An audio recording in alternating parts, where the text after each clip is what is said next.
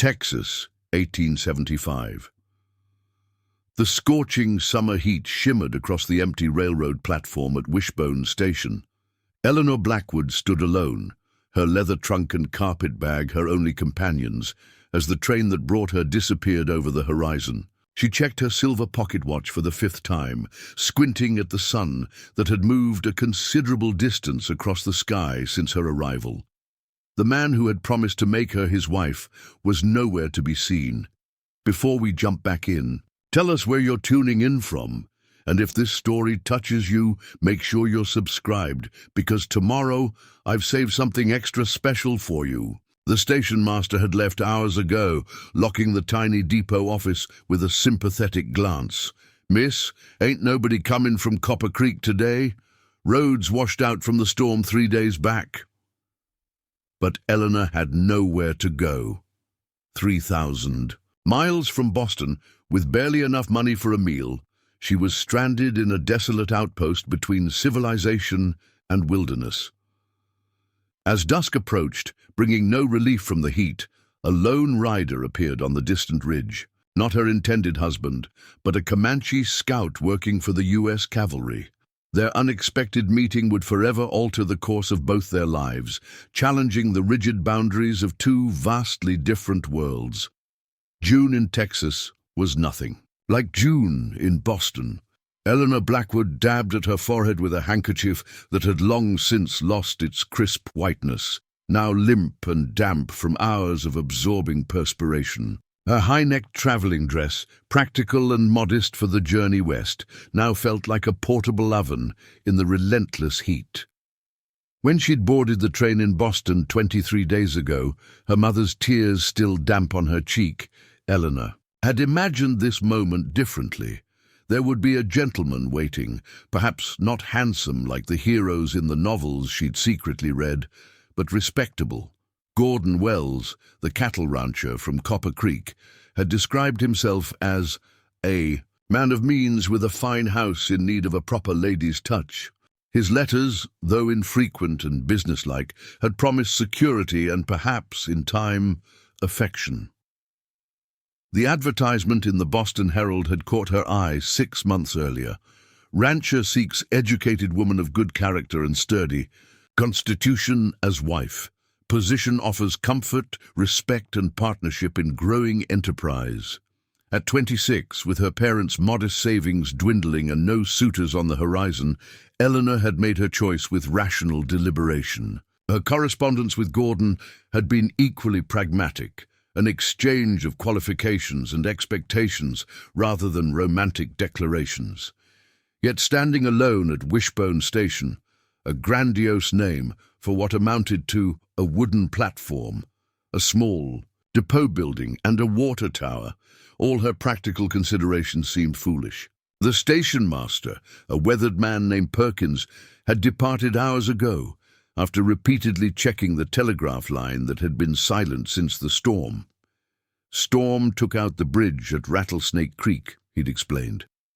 "Likely why your mister ain't here. No way to cross for 30 miles in either direction. Telegraph line to Copper Creek's down too." He'd hesitated before adding, "There's a boarding house in Meridian, 15 miles back the way you came. Train won't return until Thursday." But Thursday was 4 days away, and the few dollars sewn into the hem of her petticoat were meant for emergencies far worse than this. So Eleanor had thanked him, assured him she would manage, and watched him ride away on a mule that seemed as ancient and sun-baked as its owner. As the sun began its descent, Eleanor moved her trunk into the narrow strip of shade beside the depot building. The structure was locked tight, offering no refuge. She opened her bag and retrieved a small canteen, allowing herself a meager sip of warm water. Next came a wrapped packet containing 2 biscuits and a piece of jerky, the last of her traveling provisions. She had just finished this sparse meal when she spotted movement on the ridge to the west. A solitary rider silhouetted against the reddening sky. Relief surged through her, followed by wariness. Was it Gordon finally arrived, or someone else entirely? As the rider approached, Eleanor could see it was not her intended husband, unless Gordon had dramatically misrepresented himself in his letters. This man rode with a fluid grace that suggested he and his horse were one entity. He wore no hat despite the sun, and his black hair was long, secured at the nape of his neck. His skin was copper in the evening light, his features sharp and watchful. Eleanor stood straighter, smoothing her skirts with hands that trembled slightly. She was alone in the wilderness with a stranger, and everything she had been taught warned her of the danger. Yet something in the man's careful approach, the way he kept his hands visible, reassured her that he meant no harm. He stopped his horse at a respectful distance, studying her with eyes that missed nothing. "Ma'am," he said finally, his English clear but accented, "you shouldn't be here alone. Night comes, and with it, coyotes and worse." "I'm waiting for Mr. Gordon Wells," Eleanor replied, striving for dignity despite her disheveled state. "From Copper Creek Ranch. Perhaps you know him." A flicker of something, recognition perhaps, crossed the man's face. "I know of Wells. His ranch is 3 days' ride north. The bridge is gone." "So I've been told," Eleanor said, unable to keep disappointment from her voice. "I'm to be his wife. He was to meet me today, but—" She gestured helplessly at the empty station. The man dismounted in one fluid motion, and Eleanor saw that though he wore the clothes of a frontiersman, buckskin pants, a faded blue cotton shirt, worn leather boots, he also carried a Springfield rifle and wore what appeared to be a cavalry scout's badge on his belt. "I am Thomas Hawking," he said. "Scout for Fort Davidson. The army pays me to know this territory." He glanced at her trunk, her small bag. "You cannot stay here. 3 cougars have been seen near the water tower this week. They smell the horses that pass." Eleanor felt a chill despite the heat. "I have nowhere else to go until the train returns on Thursday." Thomas Hawking's face remained impassive, but his eyes held an unexpected kindness. "There is a settlement. 2 hours' ride. Small but safe. My sister lives there with her husband, a former army doctor." "You would take me there?" Eleanor asked, hope and apprehension mingling in her chest. "It is not proper for an unmarried white woman to travel alone with a Comanche man," he said matter-of-factly. "But it is less proper for you to be eaten by cougars." Despite everything, Eleanor found herself smiling at his blunt assessment. "When you put it that way, Mr. Hawking, I believe I'll risk the impropriety." Something that might have been amusement flickered in his eyes. "Your trunk," he said, eyeing the heavy leather case. "Too big for my horse, with 2 riders. It must stay." Eleanor's heart sank. Everything she owned was in that trunk. Her clothes, her mother's silver hairbrush, the family, Bible, the few books she couldn't bear to leave behind. "Could we not come back for it tomorrow?" Thomas considered this. "Perhaps, if no one takes it, if the rains don't come again tonight." He looked west, where dark clouds were gathering. "We should go now, before light fails." Making a swift decision, Eleanor opened the trunk and removed a small oilskin packet containing her important papers, a change of undergarments, and a photograph of her parents. These she added to her carpet bag. After a moment's hesitation, she also took her father's old pistol, wrapped in a shawl. Gordon had written that life in Texas could be dangerous, and her father had insisted she bring protection. "I'm ready," she said, closing the trunk and saying a silent prayer that it would remain undisturbed. Thomas Hawking helped her mount his horse, a sturdy paint with alert eyes and a white blaze. Eleanor sat sideways, awkward in her long skirts, and Thomas swung up behind her, maintaining a careful distance that propriety would barely allow. He took the reins, his arms on either side of her but not touching, and clicked his tongue to set the horse in motion. They rode in silence for a time, Eleanor acutely aware of the stranger at her back, his presence both reassuring and unnerving. The landscape changed as they left the station behind. scrubby plains giving way to rolling hills dotted with live oaks and the occasional cluster of prickly pear cactus. A jackrabbit darted across their path, startling Eleanor, and Thomas steadied her with the lightest touch on her arm before withdrawing his hand as if burned. "Have you been in Texas long, Mr. Hawking?" she asked, desperate to break the awkward silence. "All my life," he replied. "My people hunted these lands before the first white man came." "Yet you scout for the army?" She couldn't keep the question from her voice. "Times change," he said simply. "We change or we die." They crested a hill, and Thomas pointed to a stand of cottonwoods in the distance. "Willow Creek. The settlement is there. 20 families. Some Apache, some Mexican, some white. They tolerate each other because they must. And your sister? She lives there happily?" Eleanor wasn't sure why she asked, except that the thought of any woman finding contentment in this harsh land gave her hope. Sarah was captured as a child during a raid, raised Comanche, then the army came, took her back to the white world. She trained as a nurse at the mission school, married the doctor. His voice was neutral, but Eleanor sensed deeper currents. "She walks in both worlds now, not easily, but she walks." The clouds were moving faster now, building into towering anvils over the western hills. A cool wind picked up, bringing the scent of rain and sage. Thomas urged the horse to a faster pace. "Will Mr. Wells come looking for me, do you think?" Eleanor asked. Thomas was silent for a long moment. "Wells has a temper," he finally said, "and he does not like to be inconvenienced. It would be best if you stayed at Willow Creek until the bridge is repaired. My sister can send word once the telegraph is working again." Something in his careful phrasing made Eleanor uneasy. "You know something about Mr. Wells that I should know, don't you?"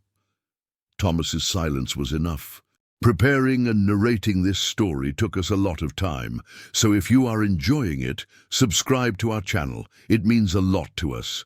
Now back to the story." "Please," she said, half turning to look at him. "I've come 3,000 miles to marry a man I've never met. If there's something I should know." Lightning fractured the sky in the distance, followed seconds later by a rumble of thunder. The horse snorted nervously. "Gordon Wells has had 2 wives before you," Thomas said finally. "The first died of fever. The second, there are stories. Nothing proven." Eleanor felt cold despite the humid air. "What kind of stories?" "They say she tried to leave him. That her horse came back without her. Wells said she ran off with a cattle buyer, but no one ever saw her again." Thomas spoke with careful precision. "They also say he drinks. When he drinks, he fights, that his ranch hands don't stay long." The implications were clear enough. Eleanor stared at her hands gripping the pommel of the saddle. "Why would you? And tell me this, you don't know me. I'm nothing to you." "You asked," Thomas said simply, "and my sister would be angry if I knew and said nothing." The first fat raindrops began to fall as the settlement came into view, a cluster of simple buildings, nestled among the cottonwoods. Smoke rose from stone chimneys, and a few oil lamps glowed in windows against the gathering dusk. It was neither as primitive as Eleanor had feared, nor as substantial as she had hoped. A place of survival rather than prosperity. Thomas guided the horse to a small cabin set apart from the others, its yard neat and bounded by a low stone wall. Before they reached it, the door opened, and a woman stepped onto the porch, hand shading her eyes as she peered through the increasing rain. Sarah. Hawking Reynolds bore little resemblance to her brother at first glance. Her skin was fair, her hair a rich brown tied back in a practical braid. Yet as they drew closer, Eleanor saw the same watchful intelligence in her eyes, the same economy of movement. "Thomas!" she called. "You're just in time. Robert says this storm will be worse than the last." Her gaze fell on Eleanor, surprise and then understanding dawning in her expression. "And you've brought company." Thomas dismounted and helped Eleanor down, her legs stiff and unsteady after the long ride. "This is Miss Eleanor Blackwood," he explained, "from Boston to marry Gordon Wells. Found her alone at Wishbone Station." Sarah's eyebrows rose, but she quickly masked her reaction and hurried down the steps. "Miss Blackwood, please come in out of this weather. You must be exhausted." She shot her brother a look that suggested they would speak more of this later, then took Eleanor's arm with gentle firmness. The cabin's interior was simple but comfortable. A main room with a stone fireplace, a wooden table with 4 chairs, shelves lined with books and medical supplies. A curtain separated what Eleanor presumed was a bedroom. Everything was scrupulously clean, with touches of beauty in unexpected places. Wildflowers in a blue jar, a colourful woven blanket on a rocking chair, a small painting of mountains in a gilt frame. "Robert is at the Miller place," Sarah explained, helping Eleanor remove her damp outer garments. "Their youngest has the croup, but he'll return once the rain lets up. Please, sit by the fire." Thomas remained by the door as if uncertain of his welcome. "You too, brother," Sarah said, her voice softening. "You're soaked through." She busied herself at the stove, where a pot of something fragrant simmered. "Miss Blackwood, we have stew. And cornbread. Not what you're used to, perhaps, but hot and filling." "It smells wonderful," Eleanor said sincerely. "And please, call me Eleanor. After all, your brother may have saved my life today." "Thomas has a habit of finding strays," Sarah said with a small smile, "though usually they have 4 legs, not 2. Eleanor wasn't sure whether to be amused or offended by the comparison, but Thomas's quiet chuckle decided her. "I suppose I am rather a stray at the moment," she admitted, "and very grateful for your kindness." Outside, the storm intensified, rain lashing against the windows and thunder shaking the small cabin. Eleanor felt a profound sense of displacement, as if she had stepped into someone else's life. 24 hours ago, she had still been on the train, watching the landscape transform from the familiar eastern woodlands to these alien plains, filled with both trepidation and determination about her new life with Gordon Wells. Now, sitting in a stranger's cabin at the edge of nowhere, that carefully planned future seemed to evaporate like morning mist. What was she to do if the rumors about Wells were true? Return to Boston in humiliating defeat? Try to make a life here in this harsh country so unlike everything she knew? "You're thinking too hard," Sarah said quietly, setting a bowl of stew before her. "Eat first, worry after." It was good advice. Eleanor ate, surprised by her own hunger, while Sarah and Thomas conversed quietly in a language she didn't understand. Comanche, she presumed. Their voices rose and fell like the wind. Outside, occasionally punctuated by glances in her direction. "It's rude to talk about your guest in a language she doesn't speak," Eleanor finally said, surprising herself with her boldness. Sarah looked startled, then laughed. A warm, genuine sound. "You're right. Forgive us. It's an old habit. Thomas was telling me about the situation at Wishbone Station, and I was telling him he should have brought your trunk, regardless of the inconvenience." "The trunk can wait," Eleanor said. "But I do need to get word to Mr. Wells somehow. He'll be concerned." The siblings exchanged a glance that spoke volumes.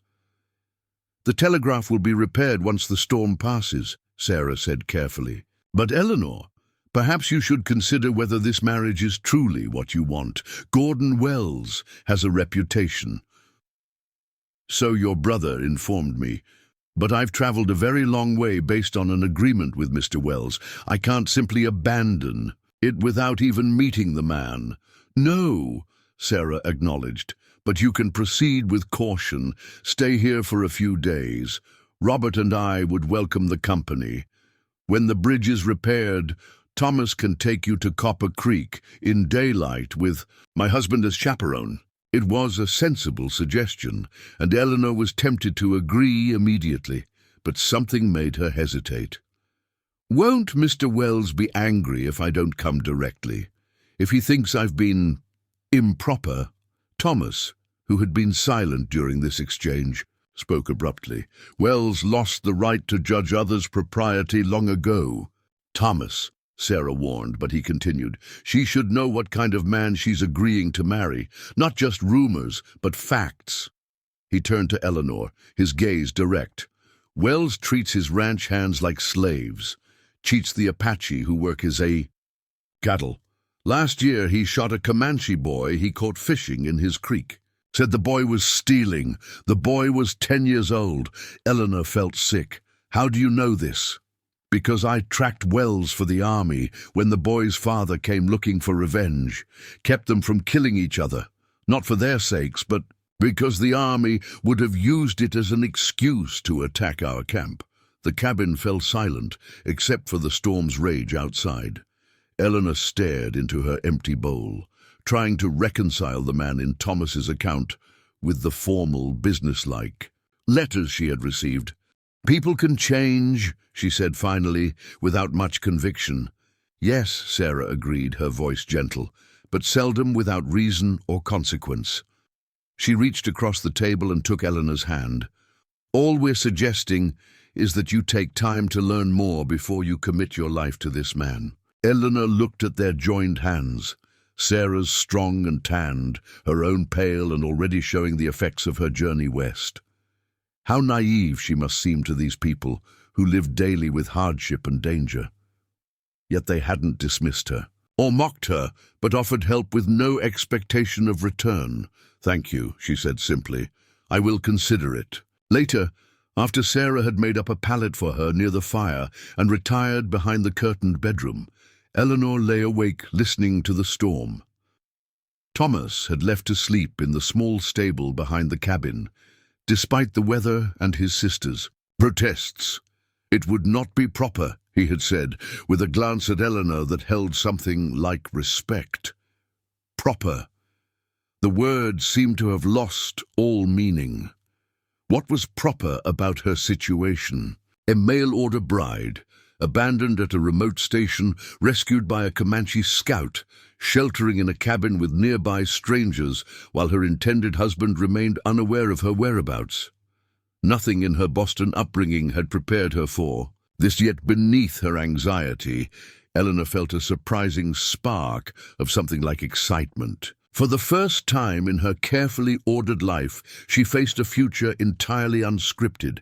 Whatever happened next would be of her own choosing, not dictated by financial necessity or social convention. As sleep finally claimed her, Eleanor's last thought was of Thomas Hawking's face when he spoke of protecting the Comanche boy's father from his own revenge. There had been pain there and anger, but also a fierce integrity that both impressed and unsettled her. In Boston, she had known exactly what kind of man made a suitable husband. Here, on this wild frontier, she was no longer certain. The storm continued through the night, transforming the world outside the cabin. By morning, when Eleanor woke to the smell of coffee and baking biscuits, Willow Creek had become an island in a sea of mud, the creek itself risen well beyond its banks, cutting them off from both Wishbone Station and the road to Copper Creek. For better or worse, she was stranded, caught between the life she had left behind and the life she had planned to begin. And as she rose to face the new day, Eleanor Blackwood realized that perhaps this unexpected interlude was exactly what she needed. Morning light filtered through the cabin's small windows, casting golden patterns across the rough-hewn floor. Eleanor woke to the unfamiliar sounds of a settlement coming to life. Chickens clucking, a distant cow lowing, voices calling greetings in a mixture of English, Spanish, and languages she couldn't identify. Sarah was already dressed and busy at the cookstove when Eleanor rose from her pallet. "Good morning," the woman said with a warm smile. "I hope you slept well despite the storm." "Better than I expected," Eleanor admitted, smoothing her rumpled dress self-consciously. "Though, I'm afraid I'm not very presentable." "We're less concerned with appearances here than in Boston, I imagine," Sarah replied, handing her a steaming cup of coffee. "But I've laid out a dress that might fit you, behind the screen there.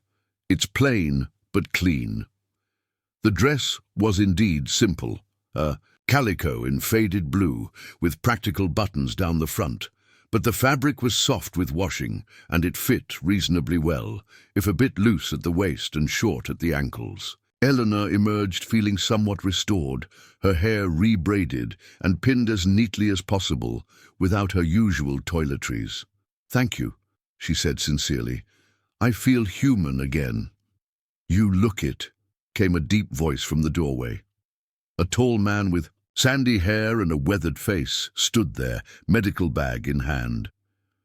"Robert Reynolds," he introduced himself with a slight bow. "At your service, Miss Blackwood." "My husband," Sarah explained unnecessarily, her expression softening as she looked at him. "How is the Miller child, Robert?" Breathing easier, the steam tent did its work. He crossed to the wash basin, scrubbing his hands vigorously. "Thomas filled me in on our guest's situation when I passed the stable. Quite a predicament, Miss Blackwood." Eleanor lifted her chin slightly. "A temporary one, I'm sure. Once the waters recede—" "That may be some time," Robert interrupted gently. "The creek has overflowed its banks for 1/2 mile in each direction. The bridge to Copper Creek is completely washed out, and there are reports of flooding all the way to the Brazos River." "Oh!" Eleanor sank onto a chair, her momentary confidence evaporating. "Then I truly am stranded."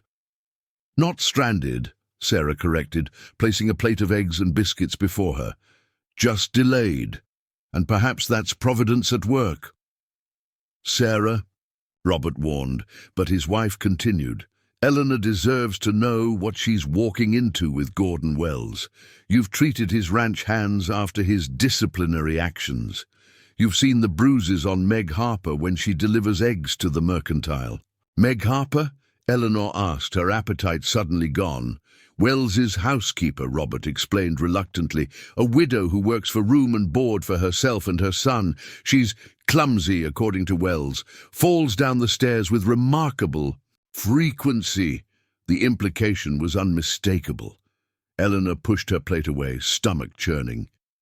"I don't understand. In his letters, Mr. Wells presented himself as a respectable businessman. The advertisement specified a man of means seeking a wife to help manage his household." She looked from Sarah to Robert. "Why would such a man send for a bride from Boston if he's what you're suggesting?" "Because local women won't have him," came Thomas's voice as he entered through the back door, stooping slightly under the low lintel. "And because a woman with money and connections from the East has value beyond being a wife. Wells has gambling debts. His ranch is mortgaged to the bank in Austin." "Thomas," Sarah chided, "good morning to you too." He nodded to his sister. Then, to Eleanor, "I checked the creek, still rising. No crossing for at least 4 days, maybe longer." Eleanor felt torn between relief at the delay and distress at her helplessness. "What am I to do?" she murmured, more to herself than the others. "First, eat your breakfast," Sarah said firmly. "Then we'll introduce you to Willow Creek. Life goes on, flood or no flood." After breakfast, true to her word, Sarah took Eleanor on a tour of the small settlement. Despite the muddy thoroughfare that passed for a main street, people were going about their business. A blacksmith hammering at his forge, women hanging laundry on lines strung between cottonwoods, children chasing chickens and each other with equal enthusiasm. Eleanor was struck by the diversity of the community. As Thomas had said, there were white families, Mexican families, and Native Americans, primarily Apache, Sarah explained, but also 2 Comanche families related to Thomas. "How did this place come to be?" Eleanor asked, as they picked their way carefully along a relatively dry path. "It seems unusual for For everyone to live so together? Sarah smiled. It began with the spring. Clean water is precious in these parts. The Apache knew this place long before anyone else. Then came a few Mexican families from the south, fleeing the unrest there. The army established a small outpost to monitor the frontier, which is where Robert was stationed as a surgeon. When the army moved the outpost farther west, some people stayed. Others came later, looking for a fresh start. And they all get along. Eleanor couldn't keep the skepticism from her voice. Not always, Sarah admitted. There are disagreements, prejudices, but out here, survival depends on cooperation. A lone family can't stand against drought, bandits, or illness. She paused at the edge of a small garden where an elderly woman was weeding among rows of corn and beans. "Grandmother Blue Feather, good morning!" The woman looked up, her dark eyes sharp in a face mapped with wrinkles. She said something in a language Eleanor didn't understand. "She welcomes you," Sarah translated. "She says you have traveled far and carry many burdens." Eleanor blinked in surprise. How could she know that? Sarah smiled. "Grandmother sees more than most. She was a medicine woman of her tribe before the reservations. Now she tends the garden and shares her wisdom with anyone wise enough to listen." The old woman spoke again, her voice stronger than her frail appearance suggested. "She says you stand at a crossroads, that the path you choose will determine whether your heart withers or blooms in this land." Sarah's translation was matter-of-fact, but her eyes were watchful on Eleanor's face. "Please thank her for her concern," Eleanor said, unsettled by the prescience of the woman's words. As they continued their walk, they came to a small, whitewashed building with a cross mounted above the door. "Our school and church," Sarah explained. "Reverend Matthews comes through once a month for services, but Miss Abigail teaches daily, when the children aren't needed in the fields or at home." The door opened, and a young woman emerged, wiping chalk dust from her hands onto a practical, dark skirt. She was perhaps Eleanor's age, with spectacles perched on a nose liberally sprinkled with freckles. "Sarah, I heard we had a visitor." The woman approached with an outstretched hand and a warm smile. "Abigail Thornton. Welcome to our little outpost of civilization." "Eleanor Blackwood," she replied, finding herself returning the smile. "I understand you're the teacher here, and postmistress, and occasionally nurse when Dr. Reynolds needs an extra hand." Abigail's eyes twinkled behind her spectacles. "We all wear multiple hats here. Miss Thornton came from Philadelphia 3 years ago," Sarah explained. "She's made quite an impact on our community." "The children did that," Abigail demurred. "They're eager to learn, whether their parents are white, Apache, or Mexican. Knowledge is the great equalizer." She glanced at the sky, where clouds were gathering again. "You must join us for dinner at the boarding house tonight. Mrs. Perkins sets a good table, and you can meet more of our little community." The prospect of extending her social circle was both appealing and daunting to Eleanor. She was acutely aware of her status as an outsider, a woman who had left her home to marry a man she'd never met, a man the locals clearly despised. "Thank you," she said carefully, "if the weather permits." "Oh, we carry on rain or shine," Abigail assured her. "Life's too short to let a little water interfere with good company." She glanced over Eleanor's shoulder, and her expression brightened. "Thomas, I was hoping to see you today." Eleanor turned to find Thomas Hawking approaching, leading his paint horse. He nodded to Abigail with an ease that suggested familiarity, then addressed Sarah. "Robert asked me to tell you that he's gone to the Martinez place. Their oldest boy, who broke his arm falling from the hayloft. That would be Julio," Sarah sighed, "always climbing where he shouldn't. Thank you, Thomas. Will you join us at the boarding house tonight?" A shadow crossed his face. "I should return to the fort. I'm overdue for my report." "In this weather?" Sarah's skepticism was clear. The fort can wait another day. The creek crossing isn't safe. For a moment, Eleanor thought he would argue, but then he nodded. One more night, then. Eleanor realized with a start that his reluctance might be due to her presence. Perhaps he regretted bringing her to Willow Creek, disrupting his family's routine. The thought stung more than she expected.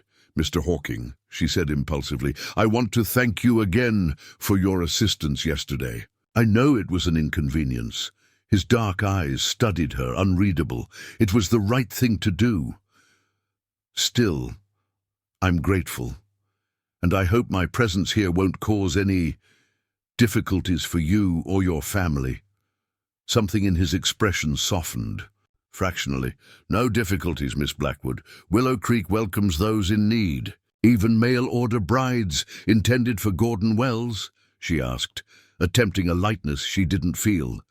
"Especially them," Abigail interjected with surprising firmness. "Any woman brave enough to travel across the country to make a new life deserves our respect." She glanced meaningfully at Thomas. "Don't you agree?" "Bravery takes many forms," he replied, his gaze still on Eleanor. "Some are more foolhardy than others."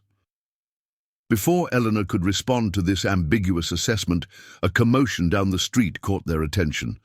A man on horseback was approaching, a canter, his clothes soaked and mud-spattered. Thomas stepped forward, hand moving instinctively to the knife at his belt. "Easy," Sarah murmured. "It's just Daniel Parker from the Lazy Pea. Probably news about the flooding." The rider reined in sharply when he spotted their group. "Thomas, just the man I need. There's trouble." "What kind of trouble?" Thomas's voice had changed, taking on an edge of command that surprised Eleanor. "Wells and his men. They're headed this way, probably reach town by nightfall." Parker wiped rain from his face with a grimy sleeve. "They're looking for a woman. A mail-order bride who didn't show up. At Wishbone Station. Wells is in a foul mood, drinking heavily. He's got it in his head that someone from Willow Creek intercepted her." All eyes turned to Eleanor, who felt the blood drain from her face. "But how could he know? The bridge is washed out."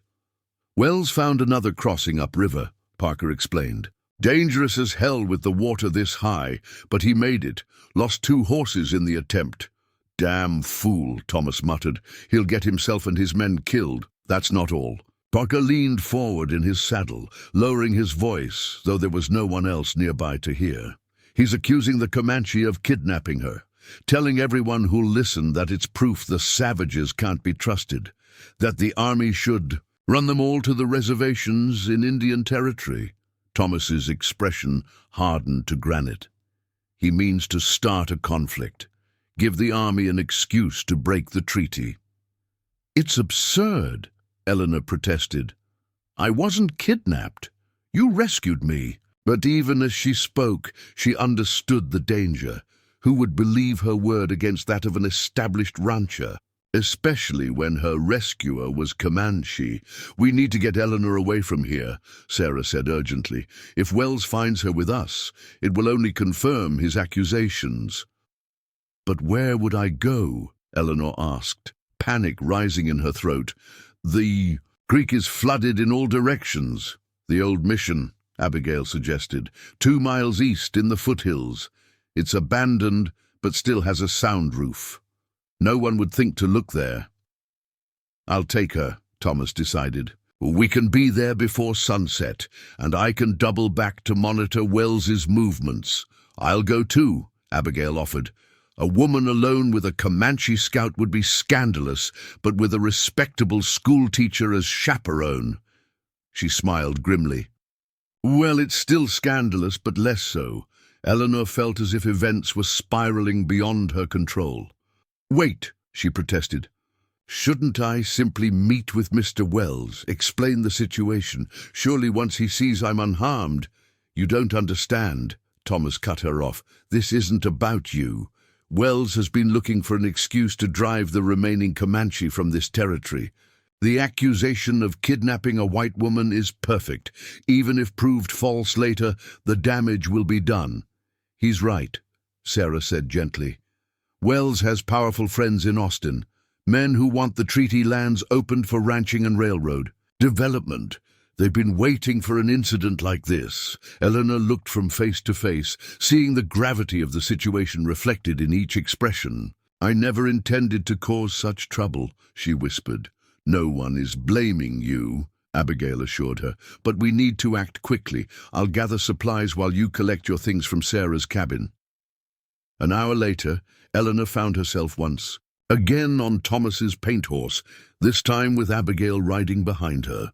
They followed a narrow trail through scrub brush and scattered oaks, climbing gradually into rocky foothills.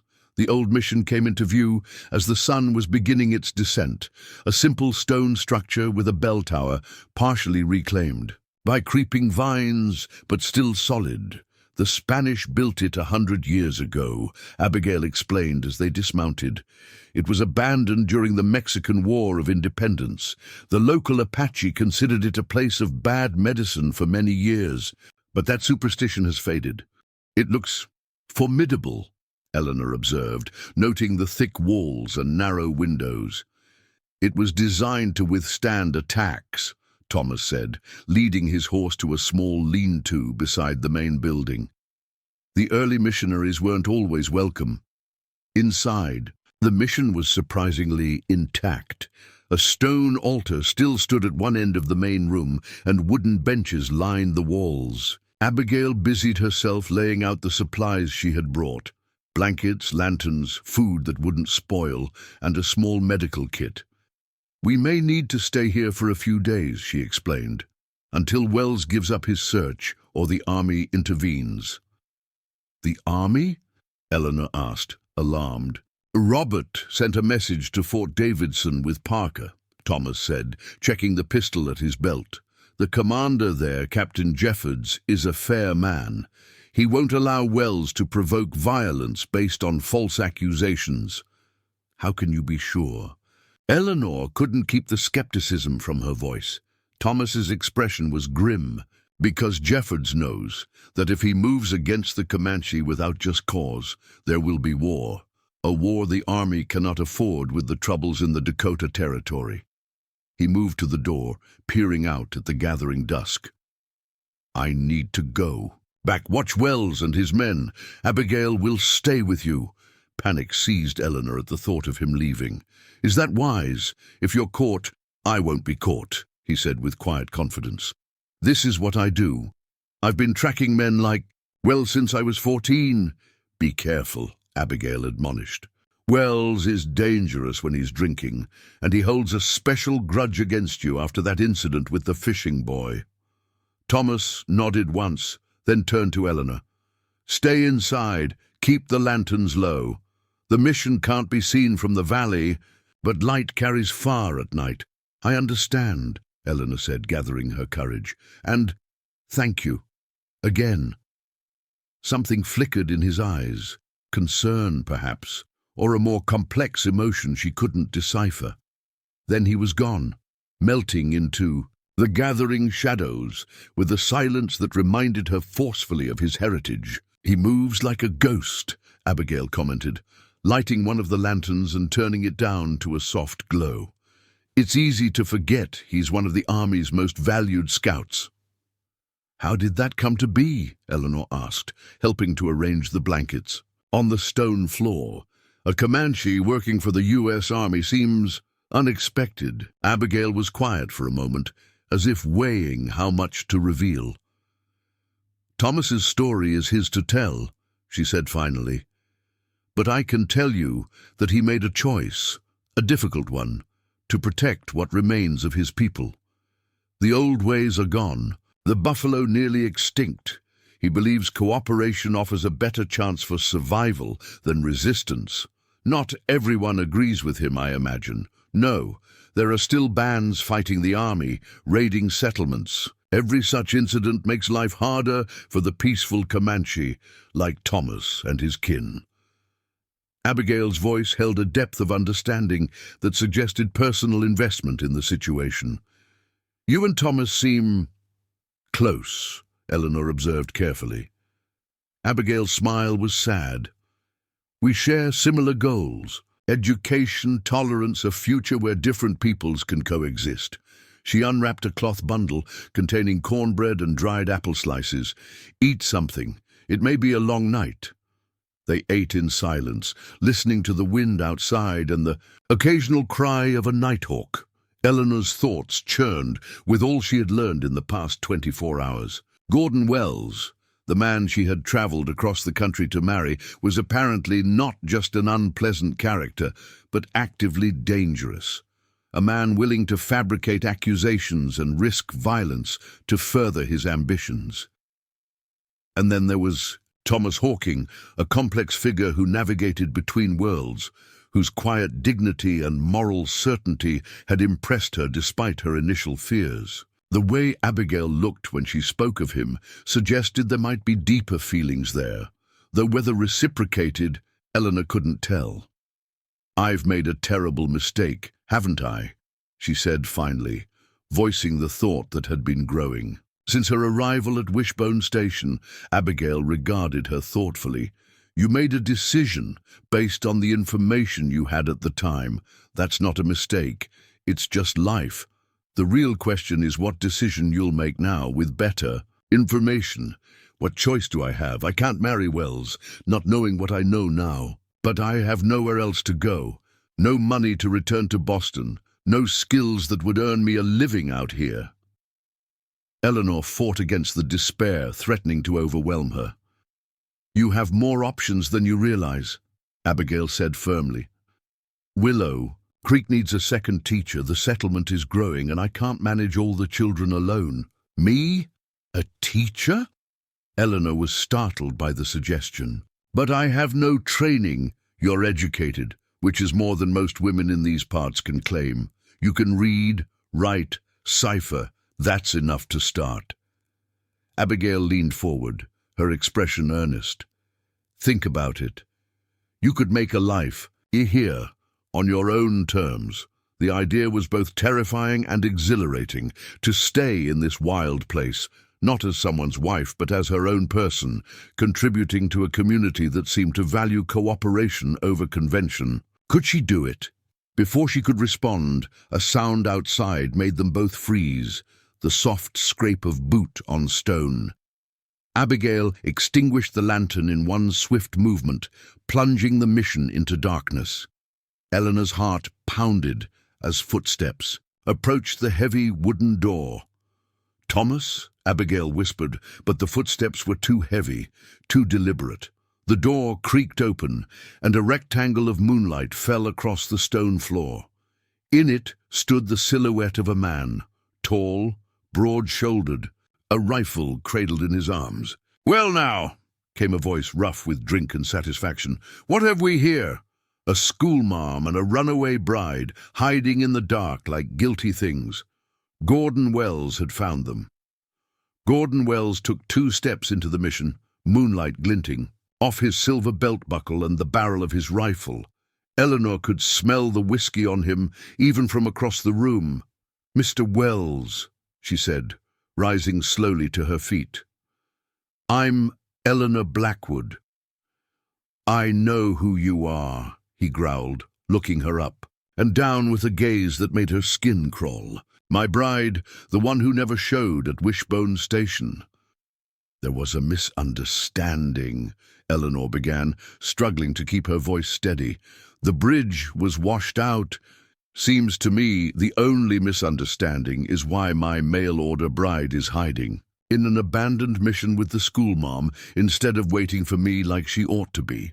Wells's voice was deceptively soft, but Eleanor sensed dangerous currents beneath the surface calm, unless, of course, she was persuaded not to. Kidnapped, some might say. "That's absurd," Abigail interjected, standing shoulder to shoulder with Eleanor. "Miss Blackwood was stranded at the station. Thomas Hawking found her there alone and brought her to Willow Creek for her own safety." At the mention of Thomas's name, Wells's expression darkened. "The Comanche scout. I might have known he'd be mixed up in this." He took another step forward, rifle still cradled in his arms. "Was he here with you ladies? Is he coming back?" "Mr. Wells," Eleanor said firmly, drawing on reserves of courage she hadn't known she possessed. "I think we should discuss this matter in the morning, when you're more yourself." Wells laughed, a sound without mirth. "Oh, I'm exactly myself, Miss Blackwood, maybe more than you'd like." He set his rifle against the wall and pulled a silver flask from his coat pocket, taking a long swallow before continuing. "I paid good money to bring you out here, spent weeks fixing up the house, hired a new housekeeper to teach you the ropes. And this is the thanks I get, my bride hiding from me, corrupted by Injun lovers and schoolmarms." He spat the last word as if it were a curse, and Abigail flinched. Eleanor felt a surge of protectiveness toward her new friend. "No one has corrupted me, Mr. Wells. I simply had the misfortune of being stranded, and the good fortune of being found by people who showed me kindness." She took a deep breath. "And now that we've met, I believe it would be best if our arrangement were reconsidered." For a moment, Wells seemed genuinely puzzled. "Reconsidered? There's nothing to reconsider. You signed a contract. I have your letters, your agreement to be my wife in exchange for your passage west." "A contract based on incomplete information," Eleanor countered, her law merchant father's teachings coming to her aid. "You presented yourself as a respectable rancher. You failed to mention your reputation for violence, your gambling debts, or your political agenda against the Comanche." Wells's face flushed dark in the moonlight. "You've been listening to lies and gossip, that Comanche has poisoned you against me." "Thomas told me only what I asked him," Eleanor replied. "Others have confirmed it. I cannot in good conscience enter into a marriage with a man who—" "You don't have a choice," Wells snapped, his tentative control slipping. He crossed the distance between them in 2 quick strides and grabbed Eleanor's arm, his fingers digging painfully into her flesh. "You're my property. You'll come with me now, and tomorrow we'll be married by the circuit judge in Austin." "Let her go." Abigail's voice was steel. She had retrieved Thomas's hunting knife from their supplies and held it with surprising steadiness. "Miss Blackwood is not property. She's a free woman who can make her own decisions." Wells eyed the knife and laughed again. "You think you can threaten me, schoolmarm? I've faced Apache war parties and Mexican bandits. You think I'm afraid of a spinster with a pig sticker?" "No," came a new voice from the doorway, "but you should be afraid of me."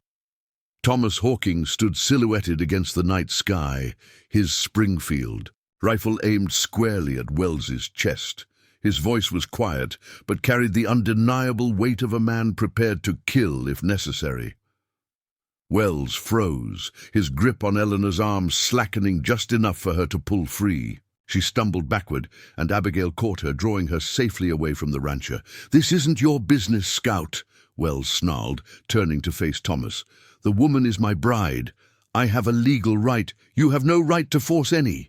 "Woman," Thomas interrupted, "and you're trespassing on Apache land.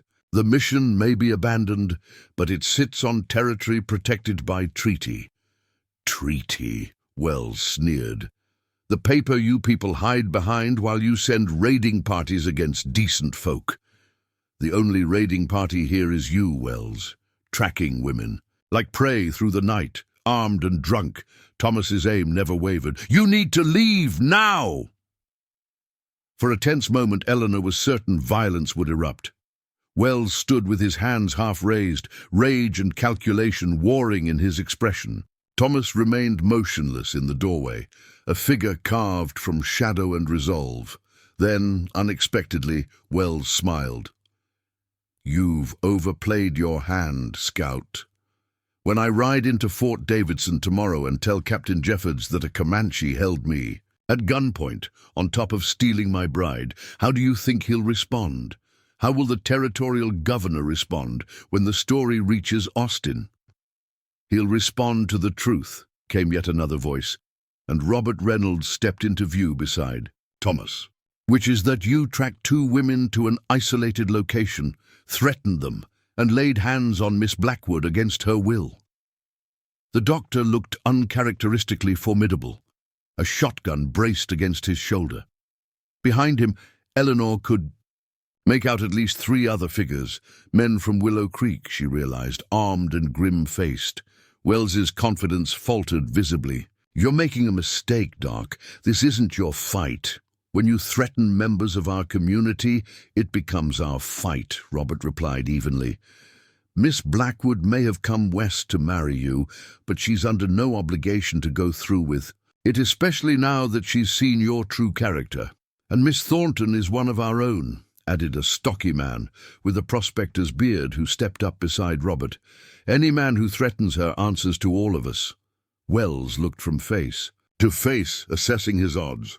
Outnumbered and outgunned, he seemed to deflate slightly. "Fine, keep the frigid Boston bitch. She's probably damaged goods anyway." He retrieved his rifle with deliberate slowness. "But this isn't over. Not by a long shot." He brushed past Thomas and Robert, shouldering his way through the group of Willow Creek men. No one stopped him, though hands tightened on weapons until the sound of hoofbeats marked his departure. Only then did Thomas lower his rifle, his shoulders dropping a fraction of an inch. "He'll be back," he said quietly, "with men, with a story that paints him as the victim." "Then we'd better be prepared," Robert replied, then turned to the women. "Are you both all right?" Eleanor realized she was trembling, reaction setting in. Now that the immediate danger had passed. "Yes," she managed, "though I fear I've brought trouble to your doorstep." "The trouble was already there," Abigail said, setting aside the knife with evident relief. "Wells has been looking for an excuse to move against the Comanche and, by extension, against Willow Creek for harboring them." "How did you find us?" Eleanor asked Robert.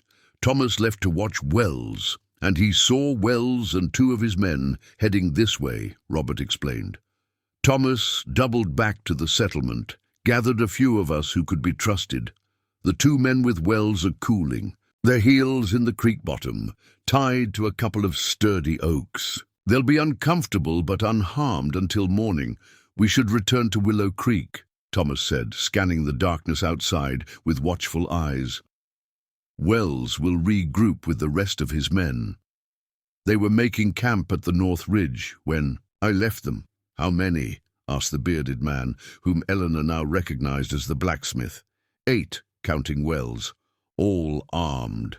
Most of them are new hires, hard cases from down El Paso way. "Not the usual ranch hands." Thomas's expression was grim. "They didn't come prepared for a social visit." The gravity of the situation settled over the group. Eleanor felt a crushing weight of responsibility. "This is my fault," she said, her voice barely audible. "If I hadn't come, this was inevitable," Thomas cut her off. "Wells has been pushing for confrontation for months. If not you, he would have found another pretext." "Thomas is right," Robert agreed. "But we need to move now, while we have darkness, as cover. The women can ride double with Thomas. His horse is the surest on the trail at night." Eleanor expected Thomas to object to this arrangement, but he merely nodded. "You and the others should spread out, take different routes back. If Wells's men are watching, we don't want to present a single target." The return journey to Willow Creek passed in tense silence. Eleanor rode behind Thomas, arms wrapped reluctantly but necessarily around his waist, while Abigail rode behind the blacksmith on his sturdy draft horse. The men stayed alert, rifles ready, eyes scanning the darkness for any sign of ambush. They reached the settlement without incident, but the atmosphere there was charged with apprehension. Lights burned in windows despite the late hour, and armed men patrolled the perimeter. Sarah rushed from the cabin as they dismounted, embracing first her husband, then her brother, relief evident in every line of her body. "Thank God," she breathed. When word came that Wells was heading for the mission, "We're fine," Robert assured her. "Wells won't try anything tonight, not with his force divided, but tomorrow will be another matter." Inside the cabin, a council of sorts had assembled. The community leaders of Willow Creek gathered around the table, faces grave in the lamplight. Elena Martinez, matriarch of the Mexican families, John Two Bears, representing the Apache, Reverend Matthews, who had apparently arrived during the crisis, and several others Eleanor didn't recognize. "The situation is clear," Reverend Matthews was saying as they entered.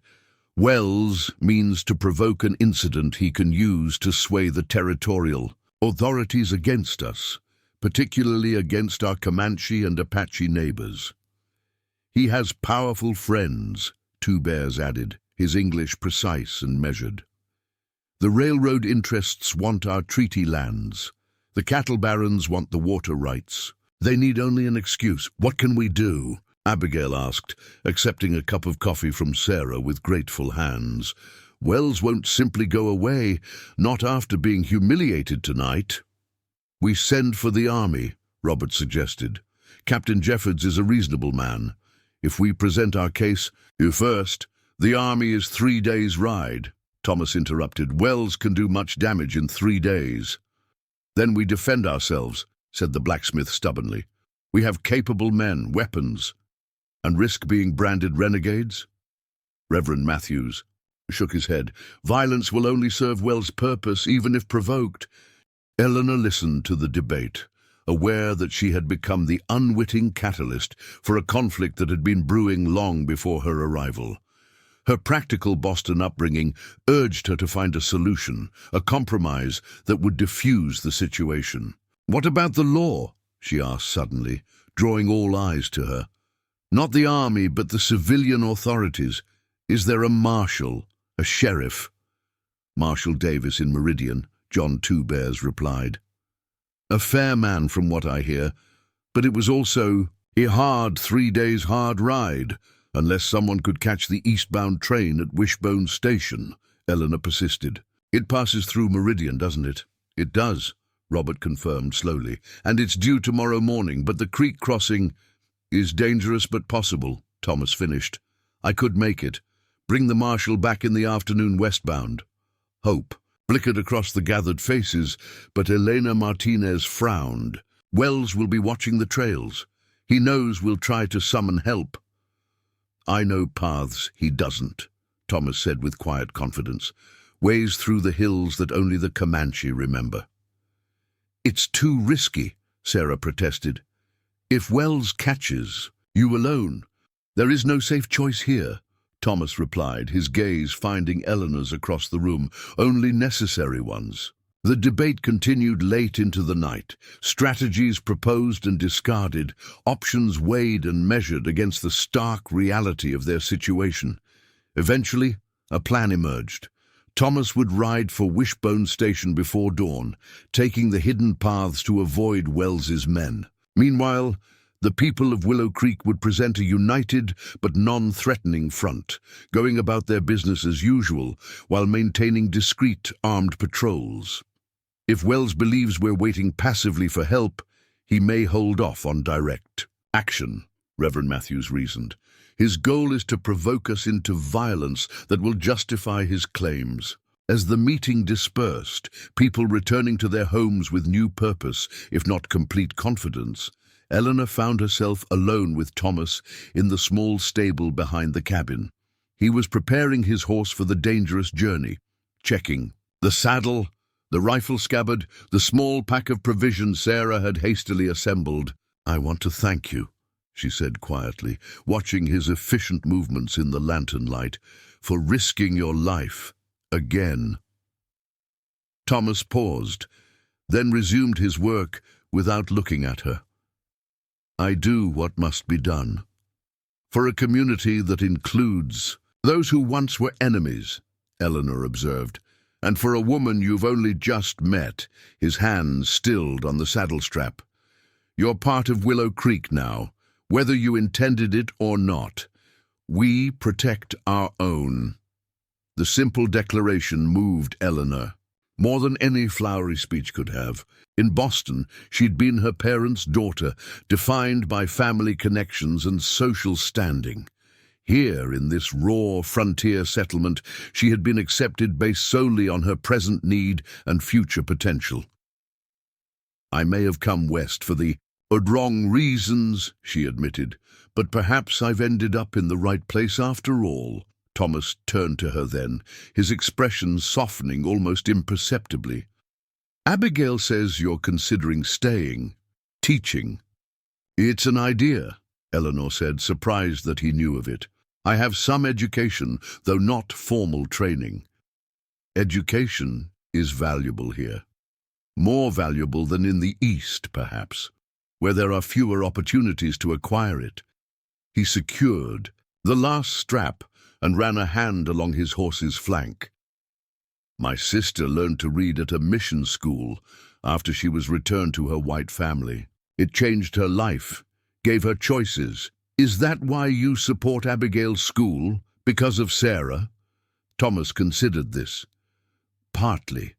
And partly because I've seen what happens to peoples who cannot read the treaties signed in their name or the laws that govern their lives." There was an old pain in his voice, a wound that had scarred but never fully healed.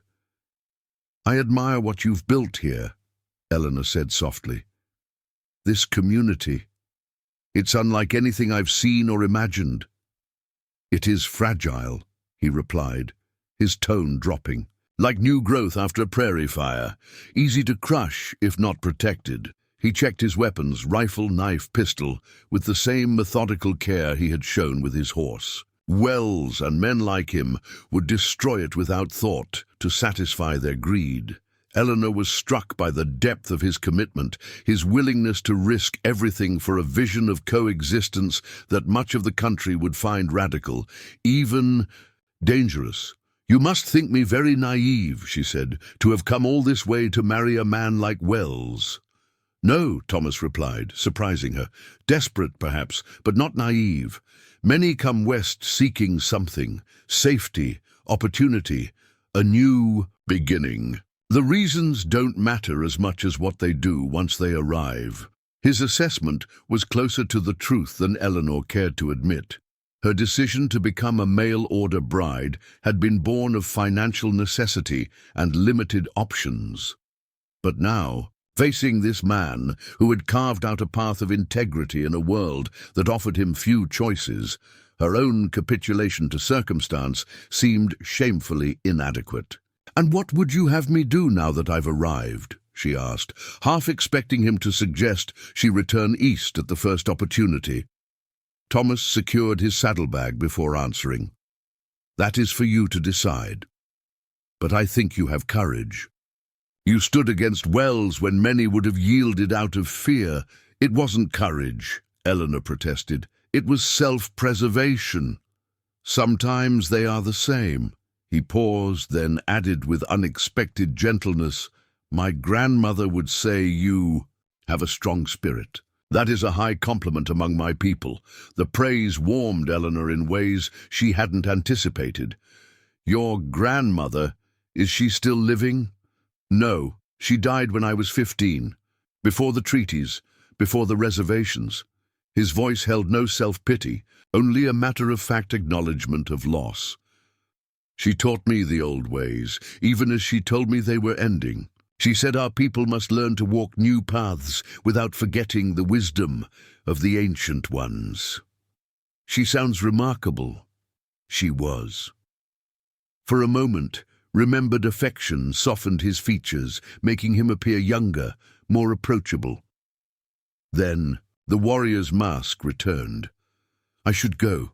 There are still 4 hours until dawn, enough time to reach the station before the eastbound train." "Be careful," Eleanor said, the words inadequate to express her concern. "Wells are dangerous." "I know Wells," Thomas replied, leading his horse from the stable. "I know his kind. They believe their badges and their names and their money make them untouchable." His voice hardened. "They are wrong." In the yard, Robert and Sarah waited to bid him farewell. The doctor handed Thomas a small medical kit, while Sarah pressed something into his hand that Eleanor couldn't see. An amulet of some kind, perhaps, or a token for luck. Eleanor stood apart, acutely aware of being an outsider, in this moment of family concern. Yet when Thomas mounted his horse, his gaze found hers in the darkness. No words passed between them, but something did. An understanding, a connection forged in the crucible of shared danger. Then he was gone, melting into the pre-dawn darkness like a shadow, leaving Eleanor with the unsettling realization that somewhere between Wishbone Station and this moment, her future had become inextricably linked with Willow Creek and its unlikely defender. The next morning dawned clear and hot, the recent rains already surrendering to the relentless Texas sun. Eleanor rose early, having slept fitfully on Sarah's pallet. The cabin felt emptier without Thomas's quiet presence, though she chided herself for noting his absence so keenly after such a brief acquaintance. Abigail arrived as they were finishing a breakfast of cornbread and coffee, her face drawn with worry, but her manner brisk and determined. "School will continue as usual," she announced. "We've agreed that maintaining normalcy is important, especially for the children." "I'd like to help," Eleanor offered impulsively. "In the school. If I'm to consider teaching here, I should learn your methods." Surprise and pleasure brightened Abigail's tired features. "I'd welcome the assistance. The children will be unsettled today. They know something's amiss, though. We've tried to shield them from the details." As they walked together toward the small schoolhouse, Eleanor noted the heightened vigilance in the settlement, men carrying rifles as they went about their morning chores, women keeping the younger children close, older boys stationed as lookouts. On rooftops and in trees, what will happen if Thomas doesn't reach the marshal in time? She asked quietly. Abigail's expression remained resolute. "Then we face whatever comes together. Willow Creek has weathered threats before, drought, disease, bandits. Wells is just another storm to endure."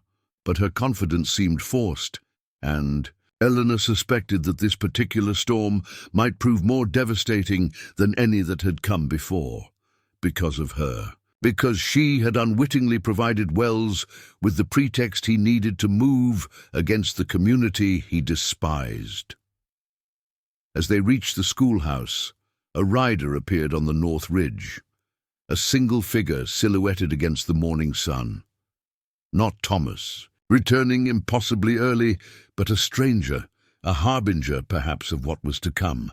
Abigail grabbed Eleanor's arm, her fingers digging in with sudden urgency. "Get inside," she ordered, quickly. Behind them, the warning spread through Willow Creek. A man's shout, a woman's cry, the sudden clamor of a bell. From the direction of the ridge came more riders, at least a dozen, their approach deliberate and menacing. Gordon Wells had returned, and he had brought reinforcements. The riders approached Willow Creek in a loose formation, dust rising behind them in the morning light. Gordon Wells rode at their head, flanked by two men in weather-beaten dusters who carried rifles across their saddles with the casual ease of those accustomed to violence. "Those aren't ranch hands," Robert Reynolds muttered, joining Eleanor and Abigail outside the schoolhouse. "Hired guns from the look of them." "The children," Abigail said urgently. "We need to get them somewhere. Safe." "The root cellar at the Martinez place," Robert decided. "Elena will take them through the back gardens. Wells won't risk shooting women and children, not with witnesses." Eleanor watched as the settlement mobilized with practiced efficiency. Women gathered the children, leading them away in small groups that wouldn't attract attention. Men took up defensive positions, not obviously threatening, but prepared to respond if necessary. "What about you?" Robert asked, turning to Eleanor. "Wells is here for you. If you're visible, it might provoke him, or it might give us an opportunity to reason with him," Eleanor countered, surprising herself with her own resolve. "If I hide, he'll only use it as evidence that I'm being held against my will." "She's right," Abigail said reluctantly, "and we need to buy time for Thomas to reach." "The marshal," Robert looked between the two women, clearly torn. "At least stay back out of immediate reach. If Wells tries to grab you again, he won't succeed," Eleanor assured him, though her racing heart belied her confident words. Wells and his men reined in at the edge of the settlement, just beyond the first scatter of buildings. The ranchers, Gaze swept the gathered townsfolk until it found Eleanor. A smile that held no warmth curved his mouth. "Miss Blackwood," he called, his voice carrying easily in the morning stillness. "I've come to escort you home. Your real home, at Copper Creek Ranch." Eleanor stepped forward, ignoring Robert's warning hand on her arm. "Mr. Wells, I believe I made my position clear last night. I will not be accompanying you anywhere." Wells's smile didn't falter. "I understand you might be confused, even frightened. After your ordeal, being abducted, held against your will, it would unsettle anyone." "I wasn't abducted," Eleanor responded firmly. "I was assisted by Mr. Hawking when left stranded at Wishbone Station." "That's your story now," Wells agreed with false sympathy. "After they've had time to work on you. But I have witnesses who saw the Comanche scout forcing you onto his horse." He gestured to one of the men beside him, a sallow-faced individual with a nervous tick at the corner of his mouth. "Isn't that right, Jenkins?" "Yes, sir, Mr. Wells," the man responded promptly. "Saw it plain as day. That Injun scout had the lady at gunpoint, making her mount up. She was struggling something fierce." The bold-faced lie stunned Eleanor momentarily. "That's absolutely false. I went willingly, grateful for the assistance." "Of course you'd say that now," Wells continued in the same reasonable tone. "They've threatened you, turned you against me. It's a common tactic among savages. Confuse. They're captives. Make them dependent." "This is absurd," Robert interjected, stepping up beside Eleanor. "Everyone here knows Thomas Hawking. He's a respected scout for the U.S. Army. The notion that he would kidnap a white woman is preposterous." "Is it?" Wells raised an eyebrow. "Did you know that your respected scout was once captured by the Army for raiding settlements along the Red River? That he only saved his neck by agreeing to scout against his own people? Ask him about the Mason family sometime, if he ever returns from whatever errand sent him scurrying away at dawn." Eleanor saw uncertainty flicker across some faces in the crowd. Wells was clever, sowing seeds of doubt, exploiting the racial tensions that simmered beneath Willow Creek's veneer of harmony. "Whatever Mr. Hawking's past," she said clearly, "his present conduct has been nothing but honorable. Which is more than I can say for you, Mr. Wells. Fabricating accusations, arriving with armed men to intimidate a peaceful settlement. These are hardly the actions of an honorable suitor." Wells's facade of reasonableness slipped slightly. "I've come prepared for resistance because I know what I'm dealing with. Half-breeds, Mexicans, Apache sympathizers, people who've chosen to stand against progress, against civilization." His voice hardened. "I've brought men to ensure my lawful bride is returned to me safely, nothing more." "Miss Blackwood is not your property," Abigail declared, her voice ringing out across the tense gathering. "She's a free woman who can choose whom she marries." "Is that so, Miss Thornton?" Wells's attention shifted to the schoolteacher, his expression calculating. "And I suppose you've been helping her understand her options, perhaps suggesting that she stay here, in your little experiment of a settlement." He chuckled, the sound devoid of humor. "How convenient for you. Another educated white woman to lend legitimacy to your mixed-blood school." Eleanor felt a surge of anger at his thinly veiled contempt. "Mr. Wells, this conversation is pointless. I will not marry you. Not now, not ever. Whatever agreement we had is nullified by your conduct and the misrepresentations in your letters." "I have a legally binding contract," Wells countered. "Signed by you, witnessed and notarized in Boston. You accepted my money for passage. You agreed to be my wife." He pulled a folded document from his coat. "The territorial court will uphold it." Eleanor felt a chill. She had indeed signed such an agreement, in the office of Mr. Pickering, her father's former colleague. At the time, it had seemed a practical business arrangement, no different from the contracts her father had negotiated throughout his career. contracts, obtained through fraud, are not enforceable, she said, grasping at half-remembered legal principles. You misrepresented yourself and your circumstances. Did I? Wells seemed amused by her attempt at legal argument. My letter described a working cattle ranch in need of a proper mistress. That's exactly what Copper Creek is. The fact that you've developed a sudden preference for alternative company doesn't invalidate our agreement. The innuendo behind his words was clear, and Eleanor felt her cheeks flush with angry embarrassment. Before she could respond, Reverend Matthews stepped forward, his clerical collar a stark white against his black coat. Mr. Wells, as a man of God, I cannot stand by while you attempt to force a woman into marriage against her will. The sanctity of marriage requires free consent from both parties. Sanctity, Wells laughed. This was a business transaction, Reverend. She sold herself fair and square. Now she's refusing to deliver the goods. Murmurs of outrage rippled through the Willow Creek residence. Even some of Wells's own men shifted uncomfortably in their saddles at his crude characterization. Reverend Matthews remained unruffled. Regardless of how the arrangement began, Miss Blackwood has made her position clear. As Christians and as civilized people, we must respect her decision. And if I don't, Wells's hand drifted to the pistol at his hip. What then, Reverend? Will you and your flock of misfits stop me by force? Because I assure you, my men and I are prepared for that eventuality. The threat hung in the air, accentuated by the subtle shifting of the hired guns to more advantageous positions. Robert moved closer to Eleanor, his body angled protectively. There's no need for violence, the doctor said, his voice steady despite the tension thrumming through the group. The marshal from Meridian is on his way. This is a matter for the proper authorities. Wells's eyes narrowed. The marshal? And who sent for him, I wonder? Your Comanche scout, perhaps, riding hard for Wishbone Station at dawn? He shook his head slowly. A wasted journey, I'm afraid.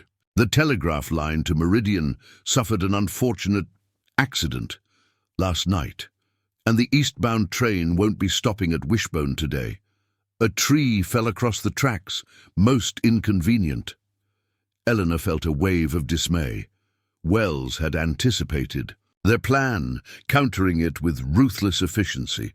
And Thomas, what would happen when he reached the station expecting the train? So, you see, Wells continued with satisfaction, we have time to resolve this privately, among ourselves. No need to involve outside authorities who might not understand the delicate balance of your little community here. The threat was thinly veiled. If the territorial authorities became involved, questions would be raised about the mixed-race nature of Willow Creek, the presence of Comanche living freely rather than on reservations, the unconventional arrangements that allowed the settlement to function. What do you want, Wells? Robert asked bluntly. Beyond Miss Blackwood, whom you cannot have, Wells appeared to consider the question, though Eleanor suspected his demands were already prepared. Compensation, he said finally. For my expenses, my wasted time, the damage to my reputation, $5,000 should cover it. That's extortion, Abigail exclaimed. You know this settlement doesn't have that kind of money. Then land, Wells countered smoothly. The water rights to Willow Creek and the southern grazing meadows.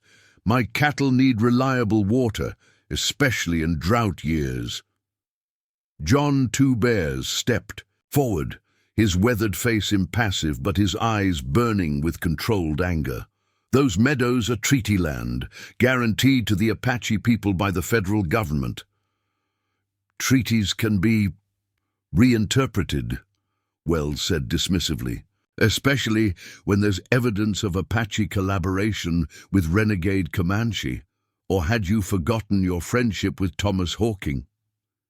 Eleanor watched in growing horror as Wells systematically threatened everything Willow Creek had built, their autonomy, their water rights, their precarious harmony between races. And all because of her, because she had unwittingly given him the leverage he needed. "This isn't just about me," she said quietly to Robert. "He's using me as an excuse to take what he's always wanted." "Of course he is," Robert agreed grimly. "Wells has been circling this settlement like a vulture since it was founded. He hates what we represent: cooperation, racial mixing, shared resources, everything that threatens his vision of a white man's Texas." "Then I should go with him," Eleanor decided, steeling herself. "Remove the pretext for his threats." "No," Abigail's hand closed around her wrist. "That's exactly what he wants, to break us by making us sacrifice one of our own. Because once we do that, where does it end? The next time he wants something, who will we give up?" Eleanor was startled by the inclusion, one of our own, but touched by it as well. In just 2 days, she had been accepted into this community in ways she had never experienced in Boston, where her family's reduced circumstances had gradually eroded her social standing. "There must be another way," she whispered. As if in answer, a commotion arose from the direction of the creek, riders approaching, not from the direction of Wishbone Station, but from the east. Eleanor's heart leaped with hope, then fell again. It couldn't be Thomas, not so soon, and not from that direction. Wells twisted in his saddle, scowling at the interruption. "Who the hell—" The newcomers came into view, 4 men in the distinctive blue uniforms of the U.S. Cavalry, led by an officer whose bearing suggested authority. Behind them rode Thomas Hawking, his expression unreadable as he surveyed the scene before him. "Captain Jeffords," Robert breathed, relief evident in his voice. "From Fort Davidson." The cavalry officer reined in his horse, assessing the situation. With a practiced eye, Wells and his men on one side, the townspeople of Willow Creek on the other, tension crackling between them. "Mr. Wells," he acknowledged with a curt nod. "Dr. Reynolds, Miss Thornton." His gaze settled on Eleanor. "And you must be Miss Blackwood. I understand there's some disagreement about your status." Before Eleanor could respond, Wells interjected, "Captain Jeffords, I'm relieved you're here. These people have been harboring my fiancée against her will. I came peacefully to reclaim her, only to be met with threats and resistance." "That's a lie," Eleanor said firmly. "Mr. Wells has been threatening this settlement, demanding water rights and money in exchange for releasing me from an agreement I entered under false pretenses." Jeffords held up a hand. "One at a time, if you please." He turned to Thomas, who had dismounted and stood slightly apart from the group. "Scout Hawking, report. How did you come to be involved in this matter?" Thomas stepped forward, his demeanor professional, his voice measured. "I found Miss Blackwood at Wishbone Station 2 days ago, sir, alone after the train departed. The bridge to Copper Creek was washed out. Night was falling, predators in the area. I brought her to Willow Creek for safety." "And did you force her to accompany you?" Jeffords asked, his tone neutral. "No, sir. She came willingly after considering her options." "He's lying," Wells interrupted. "I have witnesses who saw him abduct her at gunpoint." "The same witnesses who helped you sabotage the telegraph line to Meridian," Thomas countered, a rare flash of anger breaking through his composed exterior. "The same men who felled a tree across the railroad tracks?" Jeffords's eyebrows rose. "Serious accusations, Scout Hawking. Do you have evidence?" "2 of Wells's men caught in the act, sir. Tied up at the ranger station 3 miles east of here. The patrol found them this morning, which is why I met you on the trail instead of at Fort Davidson as planned." Eleanor watched Wells's expression darken as his schemes unraveled. The rancher had clearly not anticipated the cavalry's involvement, nor Thomas's resourcefulness in adapting when the original plan to fetch the marshal failed. "Captain, whatever else has occurred, the fact remains that Miss Blackwood is my contracted bride." Wells persisted, producing the document again. "I have legal rights that supersede any misunderstandings." Jeffords studied the paper, then looked to Eleanor. "Miss Blackwood, do you acknowledge signing this agreement?" "I do," she admitted, but I've since learned information about Mr. Wells that invalidates it. He misrepresented himself and his circumstances, and now he threatens violence against this settlement if I don't comply." The captain considered this, his weathered face giving nothing away. "Marriage contracts are civil matters outside military jurisdiction," he said finally. "However, tampering with telegraph lines and sabotaging railroad tracks are federal offenses. You have no proof I was involved," Wells snapped. "Only the word of a Comanche and whatever drifters he paid to lie for him." "I have the sworn testimony of 2 of your own men, Mr. Wells," Jeffords replied evenly. "Men who were promised double wages to create distractions that would prevent outside interference. Men who are now very eager to cooperate in exchange for leniency." Wells's face flushed dark with anger. "This is a conspiracy. The army taking the side of Indians against white settlers. Wait until the governor hears of this." "By all means take your complaints to the governor," Jeffords said, unmoved. "But first, you and your men will accompany us back to Fort Davidson to answer questions about the sabotage." "This is outrageous," Wells sputtered, but his hired guns were already exchanging uneasy glances, clearly calculating whether their pay justified standing against the U.S. cavalry. "Additionally," Jeffords continued, "I would strongly advise you to reconsider your claim on Miss Blackwood. Forced marriage does not sit well with territorial judges, regardless of what papers may have been signed in Boston." Eleanor felt a wave of relief so profound her knees nearly buckled. Robert steadied her with a discreet hand under her elbow. Wells glared at her with undisguised hatred. "This isn't over," he promised in a low voice meant only for her. "You've made an enemy today, Miss Blackwood, you and your Comanche protector." "That sounded remarkably like a threat, Mr. Wells," Captain Jeffords observed mildly. "I wouldn't advise adding intimidation of witnesses to your list of problems." He nodded to his men. "Escort Mr. Wells and his companions to the fort. I'll join you shortly." As the cavalry troopers surrounded Wells and his hired guns, the tension that had gripped Willow Creek began to dissipate. People moved closer together, exchanging relieved glances and murmured comments. Abigail squeezed Eleanor's hand. "It's over," she whispered. "At least for now." Eleanor watched as Wells and his men were led away, the rancher's straight back and rigid posture betraying his fury. "Will the charges against him be serious enough to keep him occupied?" she asked Robert. "Tampering with federal communications carries significant penalties," the doctor replied, "and Captain Jeffords is thorough. He'll investigate every aspect of Wells's activities once he has him at the fort." Thomas approached them, his expression guarded yet somehow lighter than before. "Wells has enemies in Austin," he added. "Creditors, men he's cheated. Once word spreads that he's under investigation, they'll circle like wolves." Captain Jeffords rejoined them after ensuring Wells's departure, removing his hat to wipe his brow in the growing heat. "That man has been a thorn in my side for 2 years, he confessed, always pushing boundaries, testing the limits of what he can get away with. I'm grateful for the opportunity to finally hold him accountable." "Thank you, Captain," Eleanor said. "Sincerely. I shudder to think what might have happened if you hadn't arrived when you did." "Thank Scout Hawking," Jeffords replied with a nod toward Thomas. "When he couldn't reach Wishbone Station due to Wells's meddling, he took an old Comanche trail through the eastern hills. Must have ridden all night to intercept my patrol at dawn." Eleanor turned to Thomas, seeing for the first time the signs of exhaustion he had carefully concealed. The shadows beneath his eyes, the dust that coated his clothing, the slight stiffness in his movements. "You rode all night?" she asked, a strange emotion tightening her chest.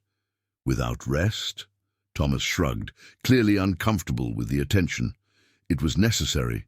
It was brave," she corrected softly. "And I am in your debt. Again."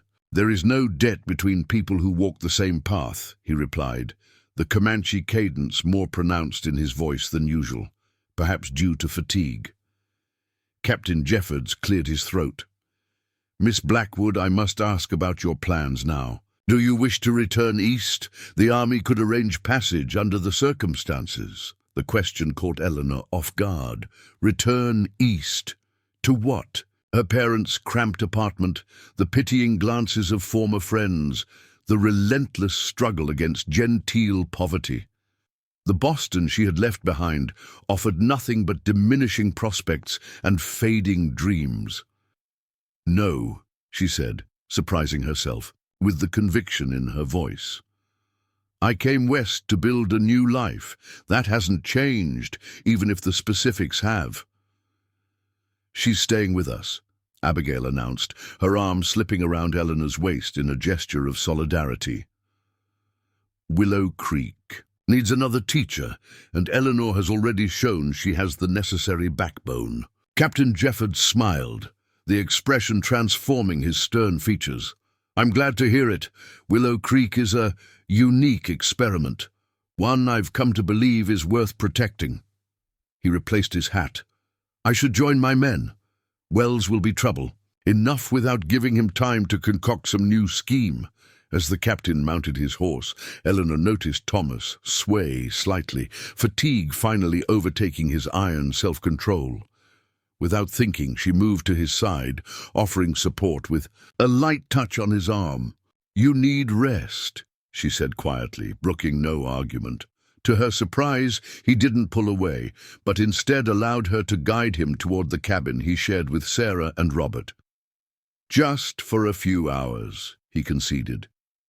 "There is still much to do." Sarah met them at the door, her expression shifting from relief to concern as she assessed her brother's condition. "Inside," she ordered.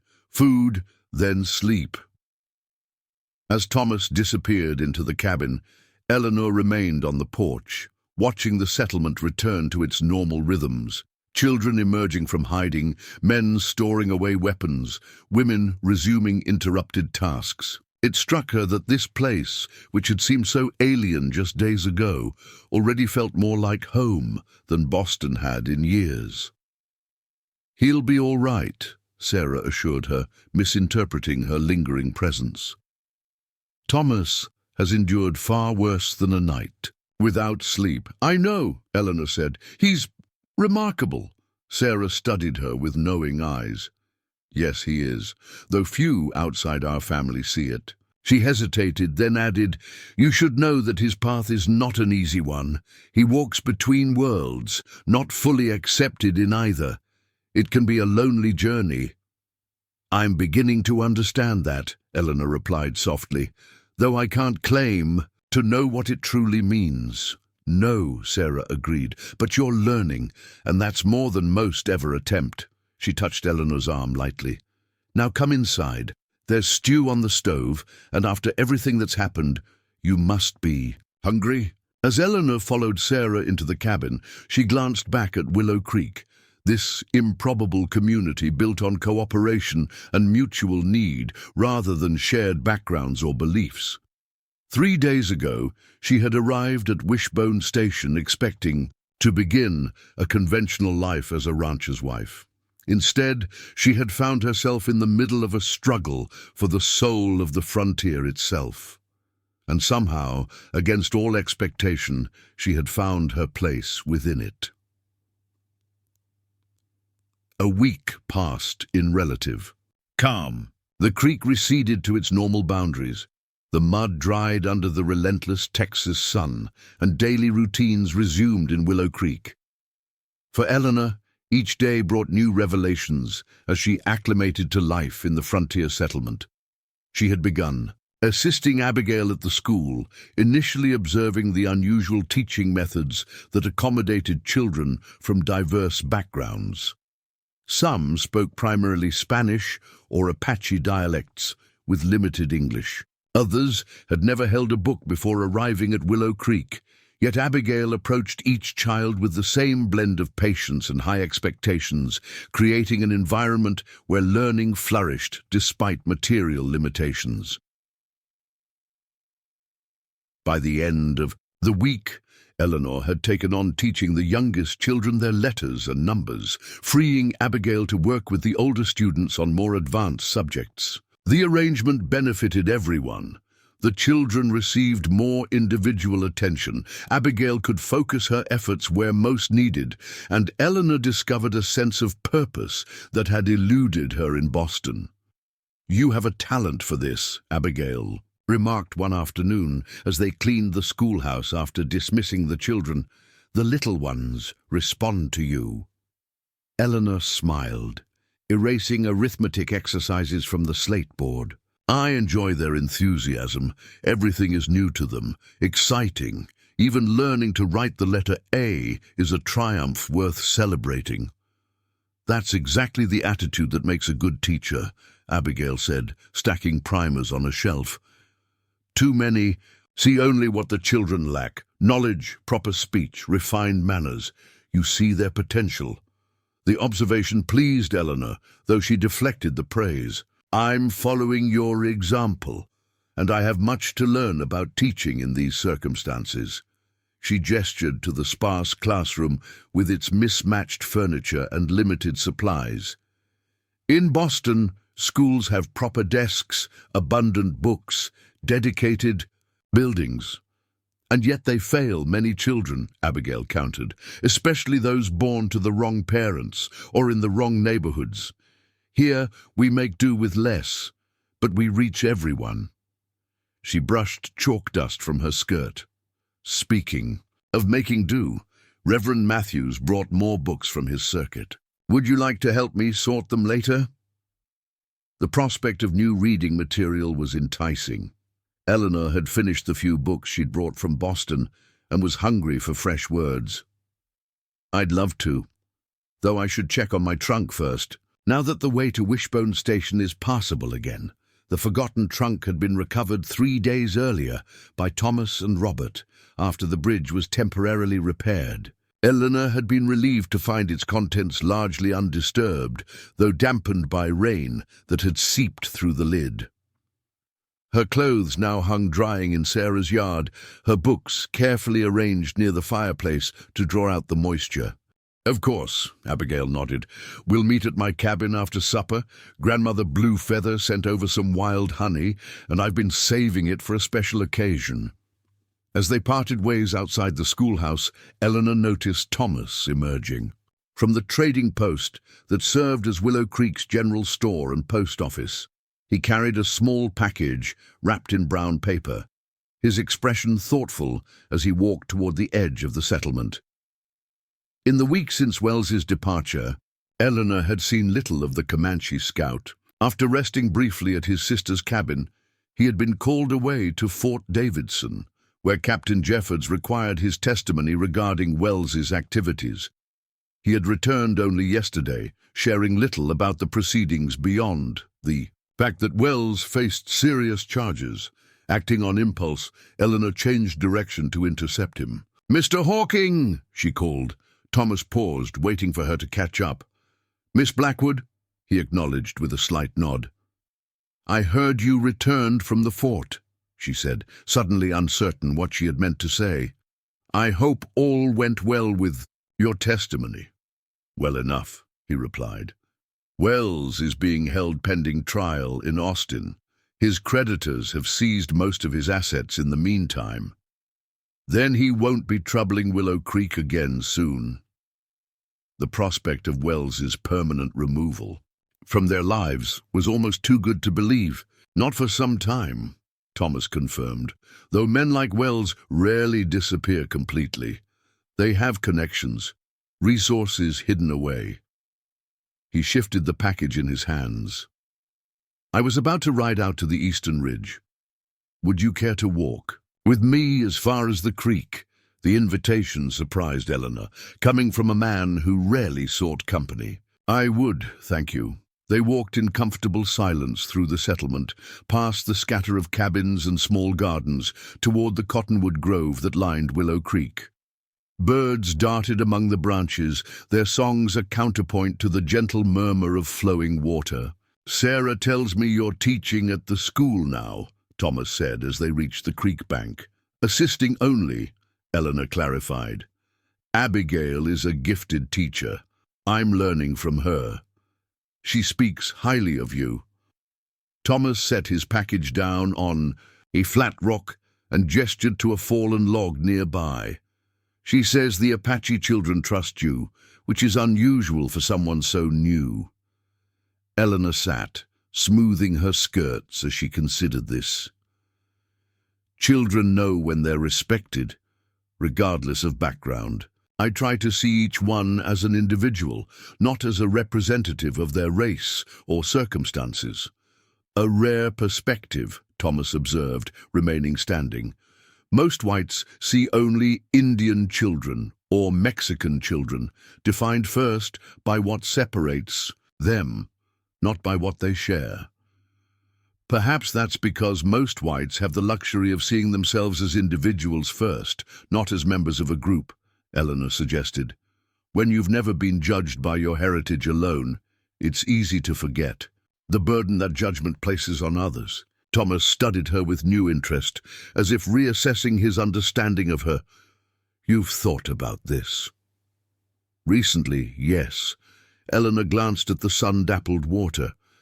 In Boston, I was judged by my family's declining fortunes, but never by my fundamental right to exist in society. Here, I've observed how differently people are treated based on their birth, their language, the color of their skin. She looked up at him. It seems a poor measure of human worth. Something in Thomas's expression softened, not quite a smile, but a lessening of the guardedness he typically maintained. Sarah said you were different, adaptable. She was right. The assessment pleased Eleanor more than it perhaps should have. Necessity breeds adaptation, I suppose. Though I must admit, when I first arrived at Wishbone Station, I never imagined I would end up teaching in a settlement like Willow Creek. Life rarely follows the paths we imagine, Thomas agreed. He reached for his package, then hesitated. I brought something for you, from Fort Davidson. For me? Eleanor couldn't hide her surprise as he handed her the small parcel. Open it, he encouraged, an unusual hint of anticipation in his voice. Eleanor carefully unwrapped the brown paper to reveal a book, a well-worn copy of Wuthering Heights by Emily Bronte. She ran her fingers over the embossed cover momentarily, speechless with delight. Captain Jeffords's wife had finished reading it, Thomas explained. When I mentioned you were teaching at Willow Creek, she insisted you should have it. Books are scarce on the frontier. It's wonderful, Eleanor breathed, opening the cover to inhale the familiar scent of paper and ink. Please convey my deepest. Thanks to Mrs. Jeffords, this is a treasure out here. You've read it before, Thomas asked, seeming genuinely curious. Yes, but my copy remained in Boston. It was too heavy to bring along with the practical necessities. Eleanor closed the book carefully. Literature becomes even more precious when it's rare. In Boston, I took the availability of books for granted. My sister feels the same way, Thomas said. She reads everything she can find, then trades with the army wives and travelers passing through, says books are windows to worlds beyond our own. She's right, Eleanor agreed warmly. Though I'm finding that this world, this place, has more depth and complexity than I ever imagined from Boston. Thomas nodded, then glanced at the sun's position. I should go. I'm expected to be at the eastern lookout before sunset. Of course.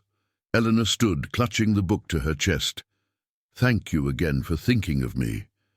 It seemed fitting, he said simply. A story set on the moors, wild, untamed country, not unlike the Texas frontier. He lifted his hand in a brief farewell and headed toward where his horse was tethered at the edge of the cottonwoods. Eleanor watched him go, struck by the unexpected thoughtfulness of his gift. Thomas Hawking remained an enigma in many ways, reserved, vigilant, moving between cultures with a grace that belied the difficulty of his position. Yet he had noticed her love of books, remembered it, and gone out of his way to bring her one. She walked back toward the settlement. Eleanor's thoughts drifted to her former fiancé. Gordon Wells had never asked about her interests or preferences during their correspondence. His letters had focused on practical matters, the size of his ranch, the duties she would assume as his wife, the social position she would occupy in the community. Not once had he inquired about what she enjoyed reading or what skills she might bring beyond those expected of any well-bred wife. The contrast between the two men could hardly be more stark, though comparing them felt inappropriate. Wells had been a potential husband, while Thomas was, what exactly? A friend? A protector? A member of the community she was gradually joining? Eleanor pushed the confusing thoughts aside as she reached Sarah and Robert's cabin, where she had continued to stay while more permanent arrangements were discussed. She found Sarah in the yard, hanging laundry on a line stretched between two cottonwoods. "There you are," Sarah greeted her. "I was beginning to wonder if you'd been detained at the school." "I took a walk with your brother," Eleanor explained, showing her the book. "He brought this from Fort Davidson." Sarah examined the volume with an appreciative eye. "Emily Bronte, one of my favorites." She gave Eleanor a speculative look. "Thomas rarely thinks of such things. He must hold you in high regard." Eleanor felt her cheeks warm. "He said it was from Captain Jeffords's wife." "I'm sure it was," Sarah agreed, her smile knowing, "but Thomas would not have bothered to bring it unless he thought it important." She returned to hanging laundry. "My brother is not demonstrative, but he notices everything, remembers everything." Before Eleanor could formulate a response, hoofbeats announced a rider approaching at speed. Thomas appeared, riding hard from the direction of the eastern ridge, his expression grim. Robert emerged from his makeshift clinic next door, alerted by the commotion. "Thomas? What is it?" Thomas reined in sharply. "Riders coming, not the army, not peaceful." He dismounted in one fluid motion. At least 20, maybe more, armed, moving in formation. A chill ran through Eleanor. Wells's men? No. Thomas's eyes met hers briefly. "Comanche. War party. Flying the red banner," Sarah gasped. "Are you certain? The peace treaty—" A band doesn't recognize the treaty." Thomas cut her off. "They're led by Black Hawk. He has refused to accept the reservation boundaries or the Army's authority." "But why attack Willow Creek?" Robert asked, his medical instincts already prompting him to mentally inventory his supplies. "We've maintained good relations with all the local tribes." "Not an attack," Thomas corrected grimly. "A raid. They'll take horses, supplies, anything of value." He hesitated. "And women, if they can." Eleanor felt the blood drain from her face. "Women. To replace those lost to smallpox last winter," Thomas explained, his voice carefully neutral. "Black Hawk lost 2 wives and 3 children to the disease. He blames the white man's medicine for failing them." "How much time do we have?" Robert demanded. "An hour, maybe less." Thomas was already moving toward the center of the settlement. "We need to gather everyone in the church. Stone walls, defensible position." The next hour passed in a blur of controlled urgency. Word spread rapidly through Willow Creek, and people responded with the efficiency born of frontier life, where threats were common and survival depended on swift action. Children were gathered, essential supplies collected, weapons distributed to those who could use them. Eleanor found herself working alongside Abigail, helping to organize the younger children and calm their fears as they were hurried into the stone church.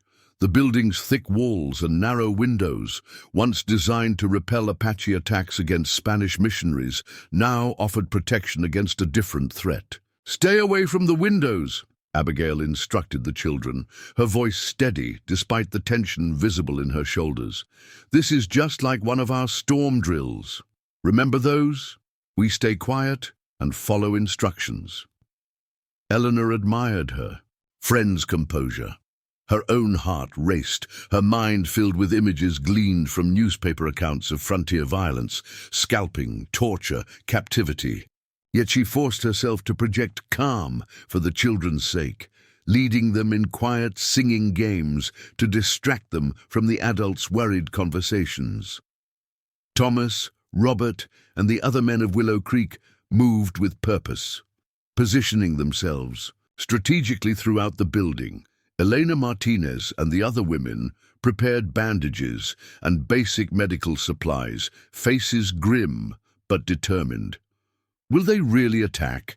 Eleanor asked Thomas when he passed near her position. "Even with so many people gathered together?" "Black Hawk is proud, angry," Thomas replied, checking the loading of his rifle. "He sees cooperation with whites as weakness. It makes him even more determined to demonstrate his power."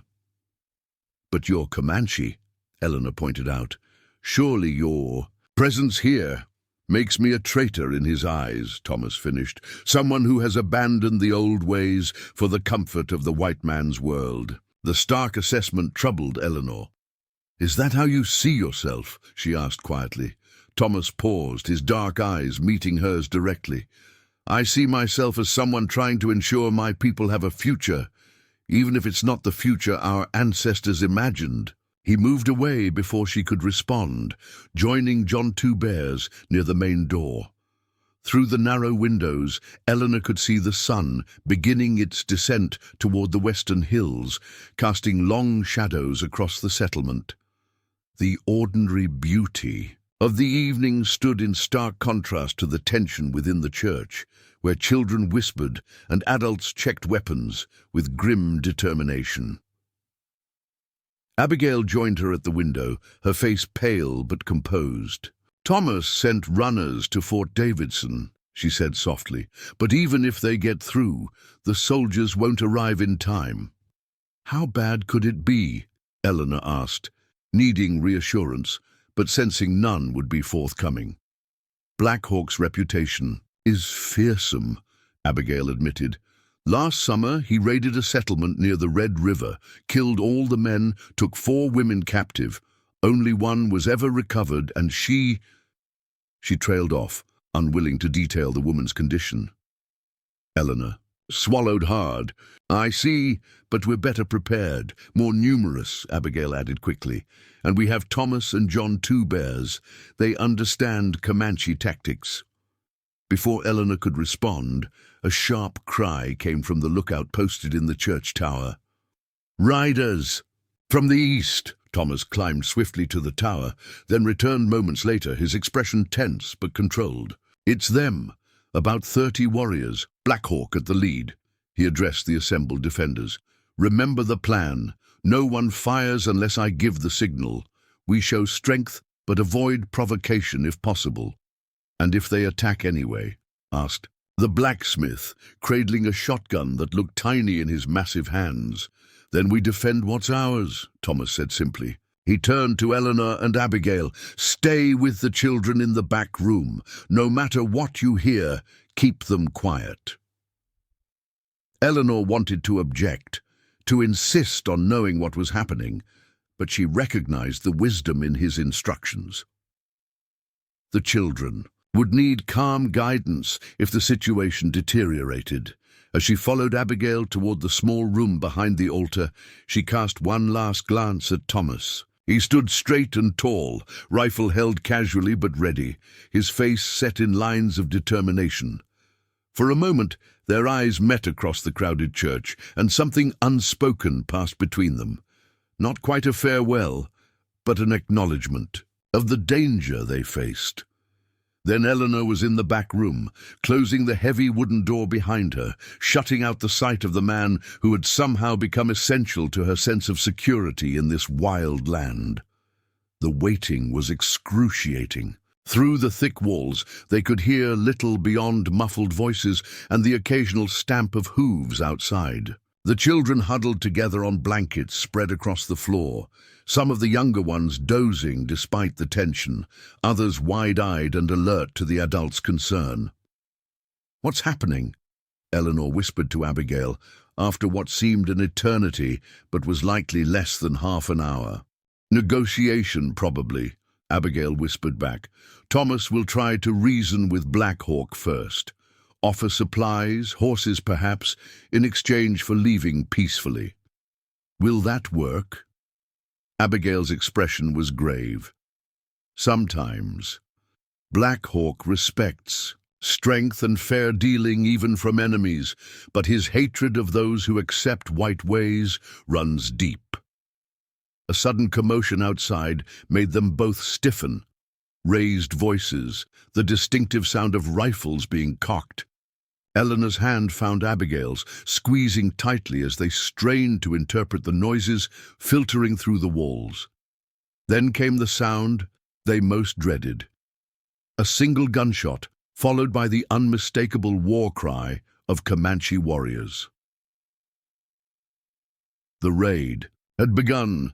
What followed was a nightmare of sound and fury, largely invisible to those in the back room, but terrifying nonetheless. Gunfire erupted, sporadic at first, then in concentrated volleys. Men shouted orders and warnings. Something, or someone, struck the church wall with enough force to dislodge dust from the ceiling. The children, startled from their uneasy calm, began to cry. Eleanor and Abigail moved among them, offering comfort, distractions, reassurance they themselves didn't feel. Eleanor found herself holding a sobbing Apache girl, no more than 4 years old, murmuring soothing nonsense as the battle raged beyond their sanctuary. "Will they get in?" one of the older boys asked, his face pale but his eyes determined, as if already calculating how he might defend the younger children. "The walls are strong," Abigail assured him, "and our men are brave and well prepared." Eleanor admired her friend's steadiness, the way she maintained hope without making false promises. It was the same quality that made her an excellent teacher, honest yet encouraging, realistic yet optimistic. The gunfire intensified, then gradually tapered off. Through a tiny window set high in the back wall, Eleanor could see smoke rising. Something in the settlement had been set aflame. Her thoughts flew to Sarah and Robert's cabin, to the schoolhouse, to the other homes and businesses that comprised their fragile community. How much would remain when this was over? And Thomas, was he still defending the main door? Had he been injured or worse in the fighting? The uncertainty was almost as agonizing as the danger itself. Just as the gunfire seemed to be subsiding, a new sound cut through the chaos, a bugle call, faint but distinctive, the cavalry signal for charge. The army. Abigail breathed, hoping to light her features. They've come. The battle's tenor changed abruptly. The war cries became more sporadic, the gunfire more disorganized. Through the window, Eleanor could see riders moving rapidly away from the settlement, pursued by the distant blue-uniformed figures of cavalry troopers. After what seemed an eternity, a knock came at the door. "It's over," called Robert's voice. "You can come out now." Eleanor helped gather the children, wiping tears and straightening clothing before leading them back into the main church. The scene that greeted them was one of controlled chaos, wounded men being tended on blankets near the altar, smoke drifting through the open door, the smell of gunpowder hanging in the air. Her eyes scanned the room frantically, searching for Thomas. She found him near the door, binding a wound on John Two Bear's arm with practiced efficiency. Relief flooded through her, so intense she had to steady herself against a pew. "Anyone hurt back there?" Robert asked, his physician's gaze assessing the emerging children and women. "No," Abigail reported, "though they're frightened. What happened?" "Black Hawk demanded we surrender all our horses, supplies, and single women of childbearing age," Robert explained grimly. When Thomas refused, one of the warriors shot at him. Missed, thankfully, but that started the fight. "And the army?" Eleanor asked, still watching Thomas from across the room. "How did they arrive so quickly?" Patrol was already nearby, investigating reports of the war party crossing treaty lands, Robert said. "Thomas's runner found them less than an hour from here. As the immediate crisis subsided, the full extent of the damage became apparent. Two of Willow Creek's defenders had been seriously wounded, though Robert believed both would recover. 3 buildings had been set ablaze, including, to Eleanor's dismay, the schoolhouse. "Everything's gone," Abigail said dully, as they stood surveying the smouldering ruins. "The books, the slates, all our teaching materials." Eleanor put her arm around her friend's shoulders. "We'll rebuild, better than before." "With what?" Abigail asked, uncharacteristic defeat in her voice. "We had so little to begin with, and now—" "With determination," came Thomas's voice behind them, "and with help." They turned to find him standing with Captain Jeffords, both men dust-covered and grim but unbowed. "The army will provide materials for rebuilding," Jeffords announced. "Consider it reparation for the treaty violation.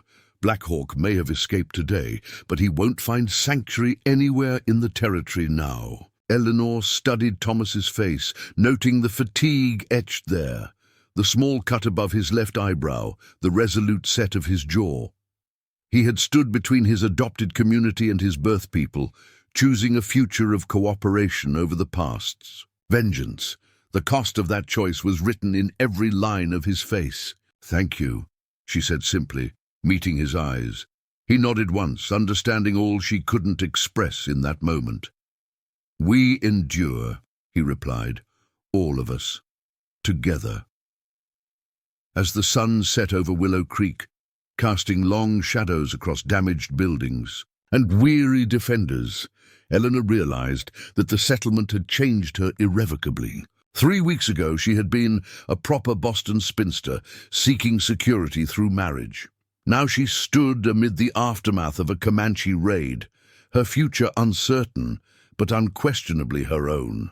And somehow, despite everything, or perhaps because of it, she wouldn't have traded her place for all the comfort and safety Boston could offer. 3 months after the Comanche raid, autumn painted Willow Creek in gold and amber. The schoolhouse stood rebuilt, larger than before, thanks to Captain Jeffords' promised assistance. Eleanor had settled into her role as teacher, now living in a small cabin adjacent to the school. Evening found her preparing for the harvest celebration, carefully placing Thomas's gift, a silver comb with a turquoise stone, in her hair. The woman in her small mirror barely resembled the proper Bostonian who had arrived at Wishbone Station, her confidence and purpose evident in her sun-kissed face. Sarah arrived to escort her to the festivities. "The comb suits you. My brother has surprisingly good taste for a man who owns 2 shirts." "Thomas asked your opinion?" Eleanor asked, surprised. "He's beginning to see there might be room in his life for more than duty," Sarah replied with a knowing smile. The settlement center glowed with lantern light. Tables laden with harvest bounty stood surrounded by community members from all backgrounds. Even Thomas had made an appearance, wearing his usual buckskin pants but paired with a proper white shirt, his hair neatly trimmed. Throughout the meal, Eleanor felt his presence like a compass needle sensing north. Captain Jeffords engaged them both in conversation about the proposed new treaty, one that might actually be honored. "The General proposes fixed boundaries but with seasonal hunting. Permissions," Thomas explained. "It's more flexible than previous arrangements." "Will it satisfy both sides?" Eleanor asked. "No treaty ever does, completely," Thomas replied meaningfully. "But sometimes creating space for understanding is enough to begin with." As music filled the night and couples began to dance, Thomas leaned closer. "Would you like to walk? The creek is peaceful at night." They slipped away unnoticed, following the familiar path to the fallen log where they had sat months earlier. Stars blanketed the sky, and moonlight silvered the water's surface. "Do you miss Boston?" Thomas asked quietly. "I miss libraries and concerts," Eleanor admitted.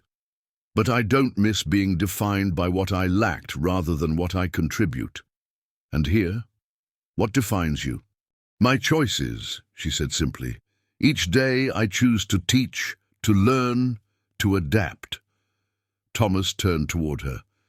"When I found you at Wishbone Station, I thought you were like other Eastern women, fragile, unsuited to frontier life. Now I see your strength has nothing to do with physical power. Your courage doesn't require a weapon. His words warmed her more than any fire could. You've changed too. You allow yourself moments of peace between vigilant watches. Eleanor, he said, voice low and serious, I have no right to ask anything of you. My life is complicated. My future, uncertain. After everything, do you still see me as someone seeking the easiest path? She challenged. No, he acknowledged. But you should understand what choosing to walk alongside someone like me would mean. Challenges, prejudice from both worlds, children who might never fully belong in either.